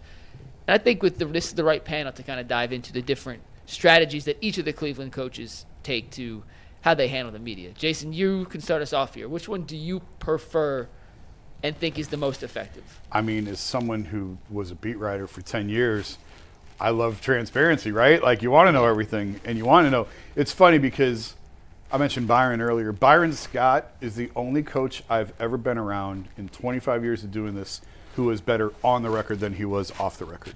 You could ask Byron anything, and he would tell you. Try and get him off the record for, like, the good, nothing. He'll just tell you on the record. It was so weird. He was the only one. But Byron's like old school. Byron didn't care. And he was great that way. But, I mean, I'm interested in your guys' perspective as players in the locker room. I think if I was a coach, I think I would be more Kevin than the other way, because I would want to protect my players. I do think that there comes a point where a little public shaming isn't a bad thing.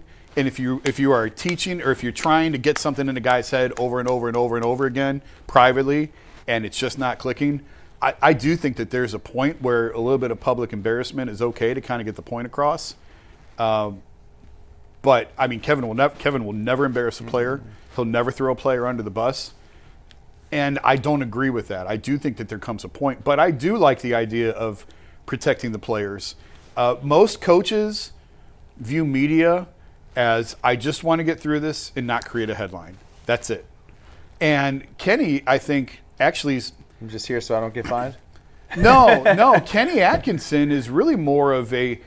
I almost think that I don't know if I would say any coach enjoys media sessions. He likes media. I swear to God, Kenny likes talking. He enjoys the back and forth, and he enjoys a good conversation. And that's very rare, especially today. It's very rare. A lot of coaches just act like they're just too busy and they don't even want to be there. Yeah. So the fact that he does enjoy that is unique. It's a nuisance to a lot of coaches, right, especially in the NBA, because in the NBA, a lot of coaches have to talk 3 times on game day. You talk at shoot-around, the road coach has to talk at shoot-around, right? Road? Yeah. I think road coach talks at shoot-around, then they talk pregame, and then they talk postgame. 3 times they got to do this. And seems excessive. Yeah. And a lot of times it's the same questions. The guy that doesn't come to shoot-around in the morning will ask it at pregame. Or you get the visiting writers who come in and want to ask what you just answered 3 days ago at the previous city you were in. So it can get a little tiring and old.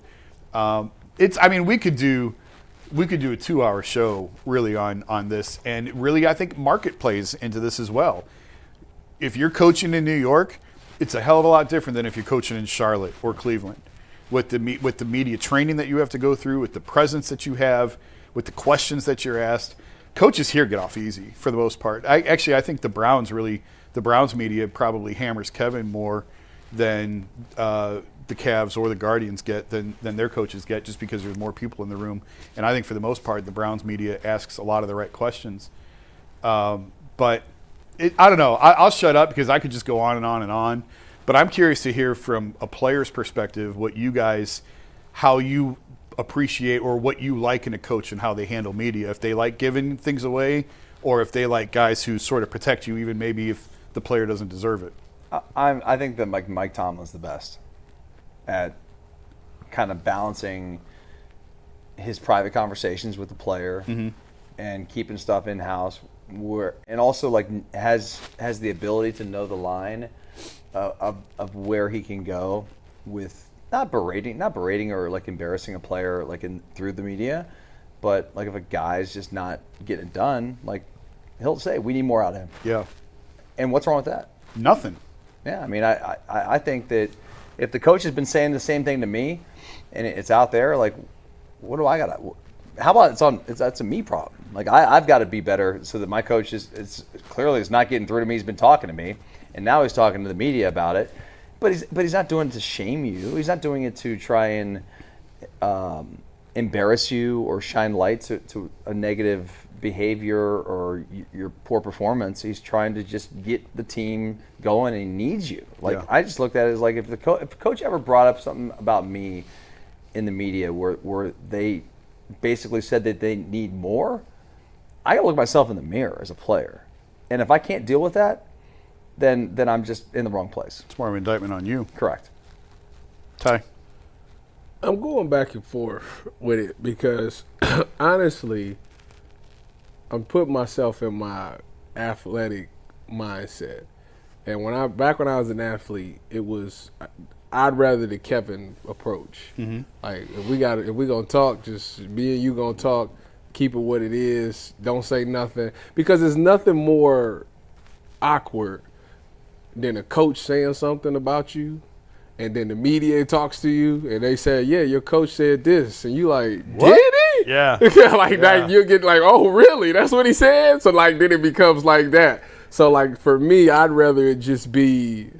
We could just have this talk, this conversation, because I wouldn't go to the media and be like, yeah, our coach stinks. Right. He needs to do better. Like, I wouldn't do that. So, therefore, I feel like a coach shouldn't do that to a player.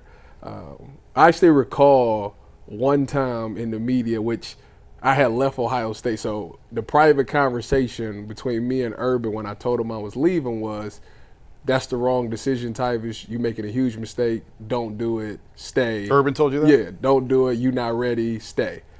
And I said, respectfully, it's my decision. I'm going to do what I want to do. So I left. And I'm training down at Exos. And they're doing, I guess they do like the first press conference of the new year with the new team. And they asked him about, the question was, out of the kids that declared, was there any of the kids that you felt shouldn't have declared?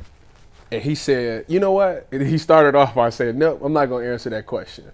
And he goes, you know what? No, I am going to say one name, Tyvis. Did he really? And I remember looking at it, and I'm like, why would he bring my name up? Yeah. So I just remember, like, at me at that age, like, that's the one memory that I remember, like, yeah, that made me upset. Like, don't say my name. Like, no, we already talked about it. It is what it is. I'm gone. Like, don't talk about my name. So, yeah. I say all that. Isn't there something to be said for the fact that he already he didn't say something to the media that he didn't say to your face? True. Like, I mean, yeah, sure. But, like, at that point, like, I felt like you're diminishing me, though. Like, like I'm in a draft process. That's here. fair. That's a little bit different. Yeah, like so now you're telling NFL coaches that he's not ready. Like you're messing up my money. So like don't say my name. Yeah. Did that create hard feelings between the two of you? Did you Absolutely. I never talked to him about it. This is actually the first time I've ever talked about it publicly. Oh, well, you should. Welcome to therapy. No, I mean it's water. I love the guy. It's water under the bridge. Yeah. So you've talked to him since you just didn't bring that up. Yeah, no, I haven't talked to him about that. But it's like don't say He actually reaches out to me like once a month. Okay. But it's just like at that moment. He has worked for the same company now. Fox, sort of. Yeah. Well, Big Ten is owned by Fox, so sort of. Yeah. But yeah, that was the one time. Like that's the one memory I remember, like of a coach saying something about me in the media, and I'm like, I didn't like it. Yeah. So like from that moment on, I said, yeah, I'm a fan of the Kevins and the Bill Belichick's. That like don't say that. It's frustrating for people that work in the media. I get it. and you're trying to figure out what they are trying to say. Like, I give you that, but as a player, I think we all kind of respect that a lot. If you're good at your job in the media, you can find out. You don't need press conferences are a waste of time. I truly feel that way. Don't say that to. I do. I've told. You and I have had that conversation many times. I've talked to head coaches and executives in this town, where it's like, why bother asking you something you're not going to answer it? I'll pull you off to the side 15 minutes from now, or tomorrow, or the next day. Or if it's not you, I'm going to find someone else in the building who's going to give me the answer. So I don't waste my. Are you saying that every organization has snitches? Oh yeah. Oh, 100%. 100%. Tyvis, how do you think the information game works? That's sad, though. You want me? That's sad. He's not a media member. Where's Where's the loyalty? Like, if the guy stands up on the podium and says, "I answered the question," why do you feel that you should answer the question? Say again. Like, say if the coach said, "I'm not going to answer that question," yeah. How is it that a reporter can go around and ask somebody else? Because I still want the answer. I'm still going to get the answer. Why would they feel like if he just said he ain't answering it? Why would they answer? You want the truth? Yeah. Okay. I'm gonna protect myself and still give you the answer. When Adrian Wojnarowski was coming up, okay, as he was elevating and becoming the top NBA reporter in the game, the way he did it was by making relationships with low-level coaches, assistant GMs, people who were just coming up. You make those relationships, and then as they rise through the ranks, you already have them. Now you've got the relationship. But the low-level person is going to give you information, and in turn, I probably shouldn't use Woj's names, but he's out of the game now anyway. In turn, you say such and such is a rising candidate, is an upcoming, is a hot candidate for these jobs. I see. So it's all like it's a trade. See. You're trading things. we did overtime the other day on like I think there's an unbelievable like Netflix or Amazon thing to be told on like the beat and like the media cover, like I mean high level media covering the league, and all of the trades that go on, and all of the information exchange that goes on. Well, this is what I'm hearing about the Hornets. Well, this is what my guy with the Nets. Like it's all information exchange, and it's all. I mean, you get information from agents. This is why I'm not. This is as far as I'm gonna get. But what you and They're very different facets of media. What you and I do, that. yes, what you and I do is night and day. There is no overlap of what you guys, as former players, the knowledge that you guys can bring to the game as former players. I can't touch. I can't scratch. I won't pretend to. Like you guys can look at something and see something. I've sat next to Tyvis in the Browns press box, and he diagnoses a play like that, and he's like, "My man ran the wrong coverage. They were in cover 2, and he was not." It's kind of obvious, but it's not to me. Well, that's like I can see that there was a blown coverage, but I can't pinpoint it was him. And this is why. Like, you know what I mean? Yeah. Not in real time.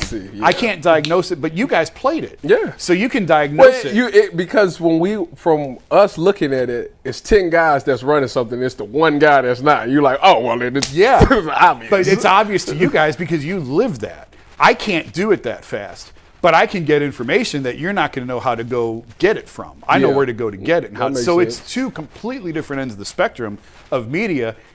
In my opinion, each has a role, each serves a purpose. They just don't cross paths. They're totally different. They both bring value in separate ways, in different ways. And Ty, let's be honest. You can get information that we can't. That's true. Urban Meyer's calling you every month. You could certainly get information that as much as Jason it's not like I'm going out here and I'm gonna say it. But that's my point. Like that, and Jason, I'll use Jason. Jason knows so much stuff that he doesn't share. Sometimes, yeah. Sometimes he does, sometimes doesn't. But like, you know things, Dustin. You know things from people you speak to. Yes. Yeah. That you don't share. I know things that are going on behind the scenes that I can't share. Yeah. Not as much as you guys in certain aspects, maybe more in other regards. Everyone has their place in how like the media ecosystem kind of works, and what Jason does as a reporter needs to complement the work you guys do as former player analysts, and former player analysts need the complementary skills of reporters, and that's what makes good shows work. Kind of what makes UCSS work in a way. So what's your answer on this one, Mike? Which out of the three coaches, which one do you like the most?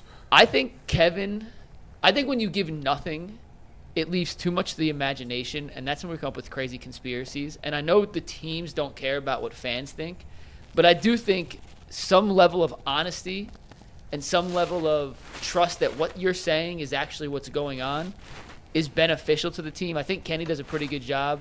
And I know Kenny, I've never spoken to Kevin Stefanski. I've never spoken to Stephen Vogt, so take that with a grain of salt. Jason's talked to all of them.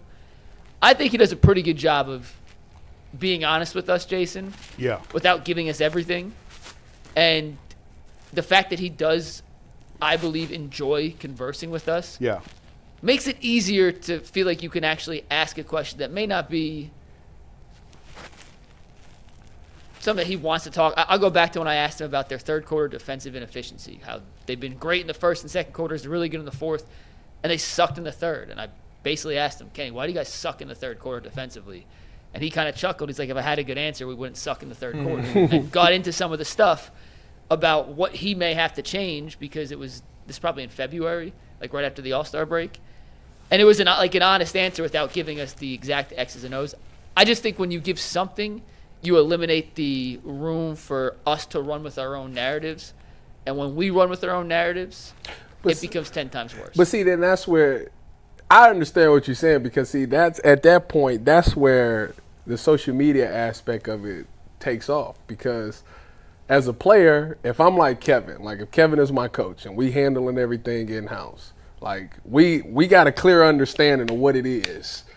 But we live in the social media world where the media don't know what it is. So they make up this whole thing, and now I'm reading it and I'm thinking, where did they get that from? Like, is that true? Like, is that really how he feels? Like, who is he talking to? Like that thing. So it causes that type of confusion to where, like, now it could be beef that shouldn't even be beef type thing. To where if you do, like, say it to me and then you go say it to the media, it's like, all right, we all on the same page. Everybody can't come up with their own narrative because it is what it is. So, like, I understand that and I respect it. Maybe as a 31-year-old, like, I respect that more. But like I said, back when I was 20, 21, like, yeah, don't mention my name. Plus, I think you guys both having played football is more secretive than any other sport. Football is so paranoid. Football coaches are more, probably because there's only 17 games, and the others there's 82 and 162, and they'll tell you lineup changes. You know, NBA coaches will say, you know, Donovan's out, Ty is going to start in his place, you know, whatever. And it's 5:45 and the game's in an hour and 15 minutes, and okay, there you go. There's our starting lineup. The NFL would never do that. You find out when the inactives come out, who's in, who's out, but not up until that. And they are just so freaking paranoid. Whereas the other two, baseball and the NBA is the most laid back of any league. NBA guys tell you anything. Oh, yeah. And it's so fascinating having come from that world, spending 10 years talking to NBA people. And then when I moved into this different role and talking to NFL and MLB that were like a little bit more buttoned up than the NBA was, it's just weird how different leagues operate. And NFL media are just so smug. NFL media on the national level is just, I just hold my nose in the room with some of those people. It's just NBA national guys are like, those are my dudes. Like I had a great relationship. Obviously, I worked with Shams for years. Guys. Yeah, Shams and I were great. I don't think we ever had him on the show. I had him on 92 a couple times, but I don't think we ever got him on UCSS. Did we ever get Shams on UCSS? I don't think so, but now I'm mad we didn't. Yeah, he would have come on. And some of the other national people I had great relationships with. MLB guys, I don't know. NFL guys are just exhausting to be around. Stop doing that. It is. It's because the NFL is such a machine. I don't want to name names. One of them may or may not have been a guest on UCSS. Not naming names. It's a cutthroat. I don't even want to go down that road. But the news breaking game is, we're kind of getting off topic of where Mike wanted to go with it. But the news breaking game is so gross. It's disgusting. It is nasty. It's disgusting. It's like, I would never want that life. So it's so cutthroat, and those guys. I mean, I've been around. Why do you think they some get of the mad when the players break their own news? I mean, these guys get paid millions to break transactions. It's really insane. I mean, I was used to go to the Senior Bowl every year, and I'd be down there, and all the main guys, all the national guys would be there. I'd end up going to dinner with them. Pete Thamel's one of my really good buddies. Now works with ESPN, and we still talk quite a bit. These guys never have a minute to themselves. Yeah, never. It's they're constantly on their phones, and you. And especially if you haven't broken something in a couple of days, Yep. then there's anxiety and stress, and then you're like probably in a pissed off mood because you haven't got something, and it's just a continuous cycle of like, man, it's like a sales job with commission. Yeah. And if you're not meeting you're screwed. And if you're at a Senior Bowl or the NFL Combine or the owners' meetings and you're having a conversation with one of them, there's no eye contact. They're like this. They're always looking around the room for someone more important to be talking to than you. Sad, man. So I mean, You media members, man, I tell you. Woj used to tell the story of he had a shelf outside his shower where he'd put his phone on the shelf while he's taking a shower, so that he could see his phone while he's in the shower. And Schefter told the story one time. I don't want to work that hard. Thank you. That's what I've been saying since the show launched. Work that hard. And Schefter told the story one time of his daughter was trying to talk to him, and he was responding to a text. And she said, "Dad, what's more important, me or your phone?" You know what he told her? My phone gets you whatever you Honey, want. we've talked about this. You're both important to me. It's crazy. It's crazy. All right, we got one last topic to get to today, Tyvis. It's not Big Christmas. I'm sorry. What? It's the topic You we skipped. scratched it? It's the topic we skipped earlier in the show. No, because I we're don't doing a TV want to talk about it. We're doing I a don't want to talk TV about it. topic, and we got two former professional I don't want TVs to talk on the about it. panel. I'm sorry. It is brought to us by Yahoo Fantasy. Fantasy football is back. Fire up the group chat, get your draft boards ready, and buckle up for a season filled with breakouts and overreactions that we all live for. It all goes down on Yahoo Fantasy this year. The UCSS League is going back to Yahoo Fantasy. It is the best decision we have made here on the Ultimate Cleveland Sports Show. To celebrate 28 years of fantasy greatness, Yahoo Fantasy is dropping 28 big new features over 28 days, giving you more ways to play, more ways to draft, and more ways to win. It all begins on August 4th. Stay tuned and get started by creating or joining a Yahoo Fantasy League at yahoofantasy.com/LockedOnNFL. That is yahoofantasy.com/LockedOnNFL. Let's make this fantasy season the best one yet. Ty, we'll talk Big Christmas in overtime, I promise. But I wanted to do this before Ross Tucker came on. The quarterback conversation we had was so interesting, I didn't want to cut that short before Ross, so I figured we'd save this for the end and do it quickly. But the reports out of both joint practices, both yesterday and today, was that the Browns' defensive line looked very good, and the Browns' secondary got exposed a little bit. We know Denzel's awesome. We know who Denzel is. But, Tyvis, who else in the secondary, with MJ out, has to step up to ensure this unit is not a major weakness in 2025? Cameron Mitchell. I understand people might go to G New. Some people might go Ronnie Hickman. I hear you. And Cam Mitchell is the one that they going at first. I'm just telling you right now. I seen him in this preseason game give up that slot fade. I seen him last year in the preseason give up that same slot fade. So you best believe when they go against Cincinnati, guess what they gonna run? Slot fade. Probably Jamar Chase, especially if Denzel ain't traveling. So I'm just telling you, everybody got respect for Denzel. They know what Denzel bringing to the table. Some people got respect for G New. You is the one that they gonna circle and say we got to eat off of him. So you got to be able to show that you can handle it often and early. Because I'm telling you right now, y'all opening up against Cincinnati, they gonna scheme up some things in that slot. And trust me, I played nickel. Shout out to the Dallas Cowboys. I played nickel. It ain't easy. It's a lot of space in there, so I get it. So you better send some help your way, have some safeties, some inside pieces or something like that. But yeah, you better get ready because you the guy. Unfortunately. Grant Delpit, I think, has to have a big year, especially because the tackling in the secondary last year was just really poor, and those guys have to do better. And it starts with the safeties. I mean, those guys have to come up and they got to clean stuff up. And boy, I just think with no Martin Emerson, We talked about some of the changes we're going to have on the outside at cornerback. But from a safety standpoint, you talked about Hickman a little bit there too. I think Delpit is a guy, former second-round pick. Like he's had moments where he shined. Mm-hmm. He's also had moments where he's not even on the field because he's been injured. So I think if he can stay healthy this year, he even said it like 2 weeks ago or 3 weeks ago. He was on record. He's like, I've got to play better. Like he took ownership for his shortcomings that he's had in his short career. That's a guy that I think has got all the ability in the world when he's healthy and just needs to play with confidence and just get it done. Do it. Yeah, Newsome was my initial answer. So first of all, it's kind of funny to me that we all came up with different answers. Yeah, it's crazy. There's only 4 spots. Five spots. Right? And we didn't talk about this pre-show about sometimes you do that where, all right, I'll take this guy, you take that guy. We didn't do that. We organically came up with 3 different names. What does that tell you? All over. I got a homie that's been saying for years that our secondary is Swiss cheese because it's got a lot of holes in it. Yeah. I mean, Greg Newsome was kind of the obvious answer to me because of the spot he's going back to the spot where he came up as an outside corner, the spot that he wanted to play. So now he's got to perform. Now he's got to produce, and it just feels like when he's been in that spot in the past, teams have gone at him with great success, and that's why that was what you said makes a ton of sense about Cam and some of the slot receivers that they're going to go against in the NFL.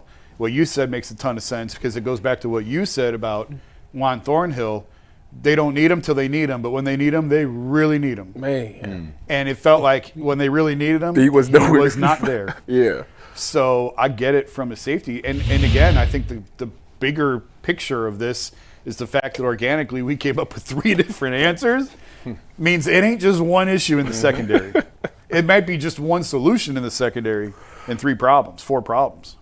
Yeah, they got to get it together. I mean, like I said, a lot of the stuff, it got to be communications. Like, I don't want to see no coverage bust this year. Like, that, to me, I always tell y'all, that's my biggest pet peeve with playing in the secondary is that 2 people ain't on the same page. And it's like, if you would have just told, y'all just would have signaled to each other, y'all would have had the same communication. It wouldn't have been no bust.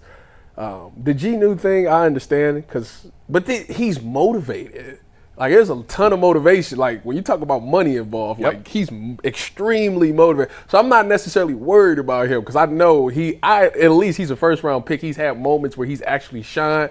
Cam Mitchell hasn't done it for 17 games. Yeah. And I know we are all everybody was on we can get rid of G-New for Cam Mitchell. And you and I have been in link step saying, I got to see it first. I got to see it. Yeah. And the only way and everybody else in the world is going to want to see it. Like, if I'm an offensive coordinator, I'm going to be like, that guy, he's the new guy. He's the one that ain't been in there. Him. Let's see what he got. Yep. And that's going to happen. And if he makes some plays, now people will back off a little bit. But I'm telling you right now, if I'm game planning, that's the first person I'm going at. It's funny with Newsome. I think you go back to the Njoku contract we were talking about earlier. When they signed David, it felt like an overpay a little bit. At the time, we kind of looked at it and thought, man, that's a lot of money for a tight end that hasn't really emerged into that elite category. And I always felt part of that was because he bought back in and he asked for a trade, he wanted out. When they drafted Harrison Bryant, when they signed, who was the tight end they signed? Hooper. Kevin's first. Thank you, Austin Hooper. And David looked around and was like, well, there ain't no room for me. I want out of here. And Kevin was able to get him back in the boat. And I felt like that was a little bit of a reward for buying back in was that contract. And I sort of felt that way with picking up Greg's 5th-year option. He was overpaid for being a slot corner in the NFL, given what he had done. He was overpaid. But it almost felt like a reward for, hey, listen, I know you don't want to be there. You've had a good attitude about it for the most part. You've done what we've asked you to do. We're going to pick up that 5th-year option. Here's the reward for that. And plus, I think they wanted to see more out of him and see. Now he's back at his natural spot. Now he's back where, at least for this year, he's back where he's most comfortable, where he wants to be. Let's see what he's got. Let's see what he can do. I think about this. If he balls out this year, like Pro Bowl type season, he's taking money for Martin Emerson. Yeah. Like, because Martin as good as he, as great of a guy as he is, and as much as I wanted them to pay him, and I was expecting such a big bounce back season from him. He coming off an Achilles tear. Like, typically it take you 2 years to get back right.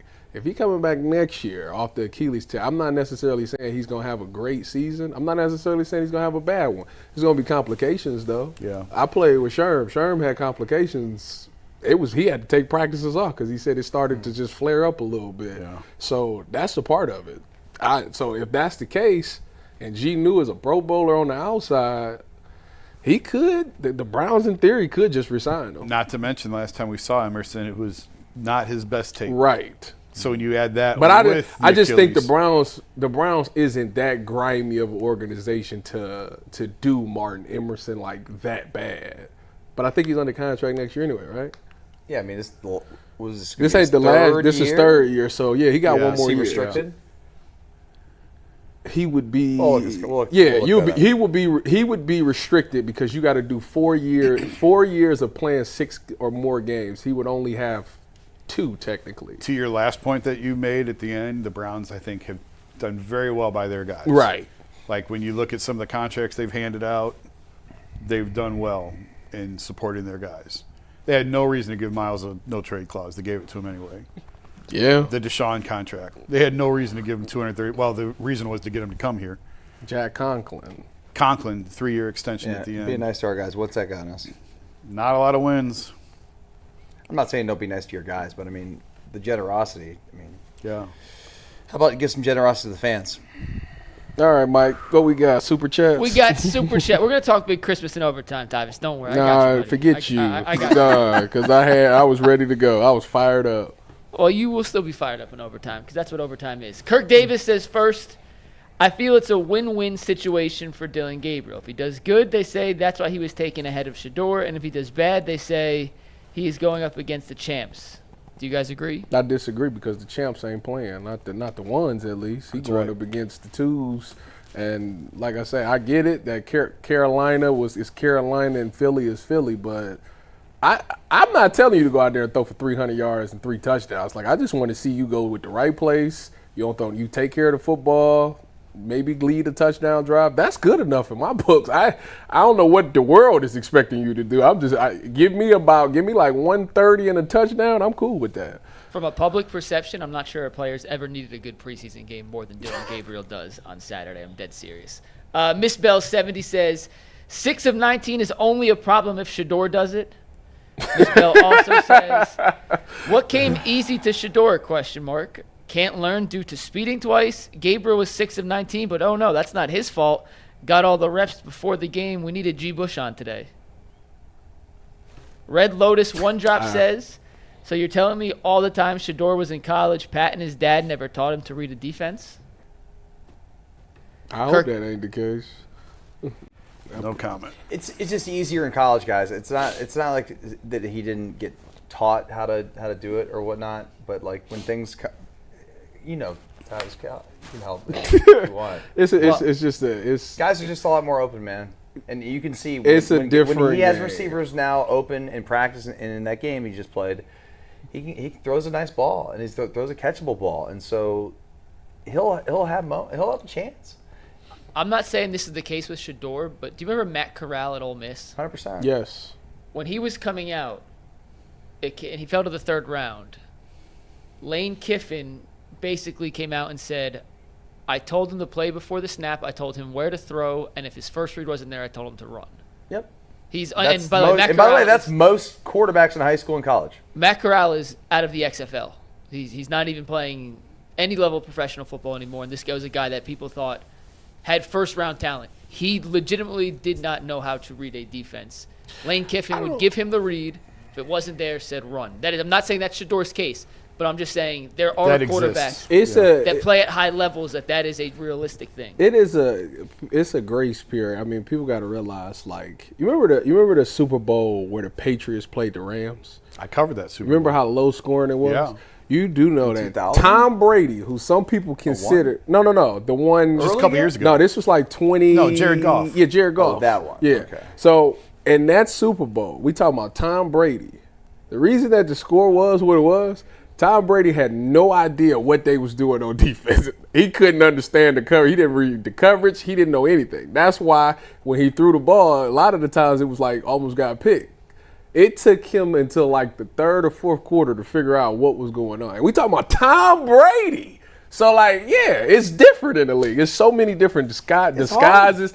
Guys bait you. I got to do – Earl Thomas would sit on the opposite hash of where he's supposed to be covering just so you would throw the ball so he could come pick it off. Like, it's that type of stuff that go on. Different world. Yeah, it's just different. Got two more. Go ahead. Kirk Davis says, we're going to throw hands if you guys keep talking about my Yankees like that. And LFG Hats says, Tyvis, hire Miles to be your chauffeur. You'll never be late again. That's Real quick, I think it was Reflog took something out. Said when the Browns leave a practice facility, and it was the Kevin James meme of like the long speech of the NASCAR. Gentlemen, start your engines. It was hilarious. Hey, coming up here, I see 3 cops sitting in that Strongsville. I'm like, I don't understand. As a matter of fact, somebody got pulled over behind me. I thought he was coming for me. I was like, yeah, I'm getting this. We'll talk about that and Big Christmas coming up in overtime. See you in 3 minutes. Peace.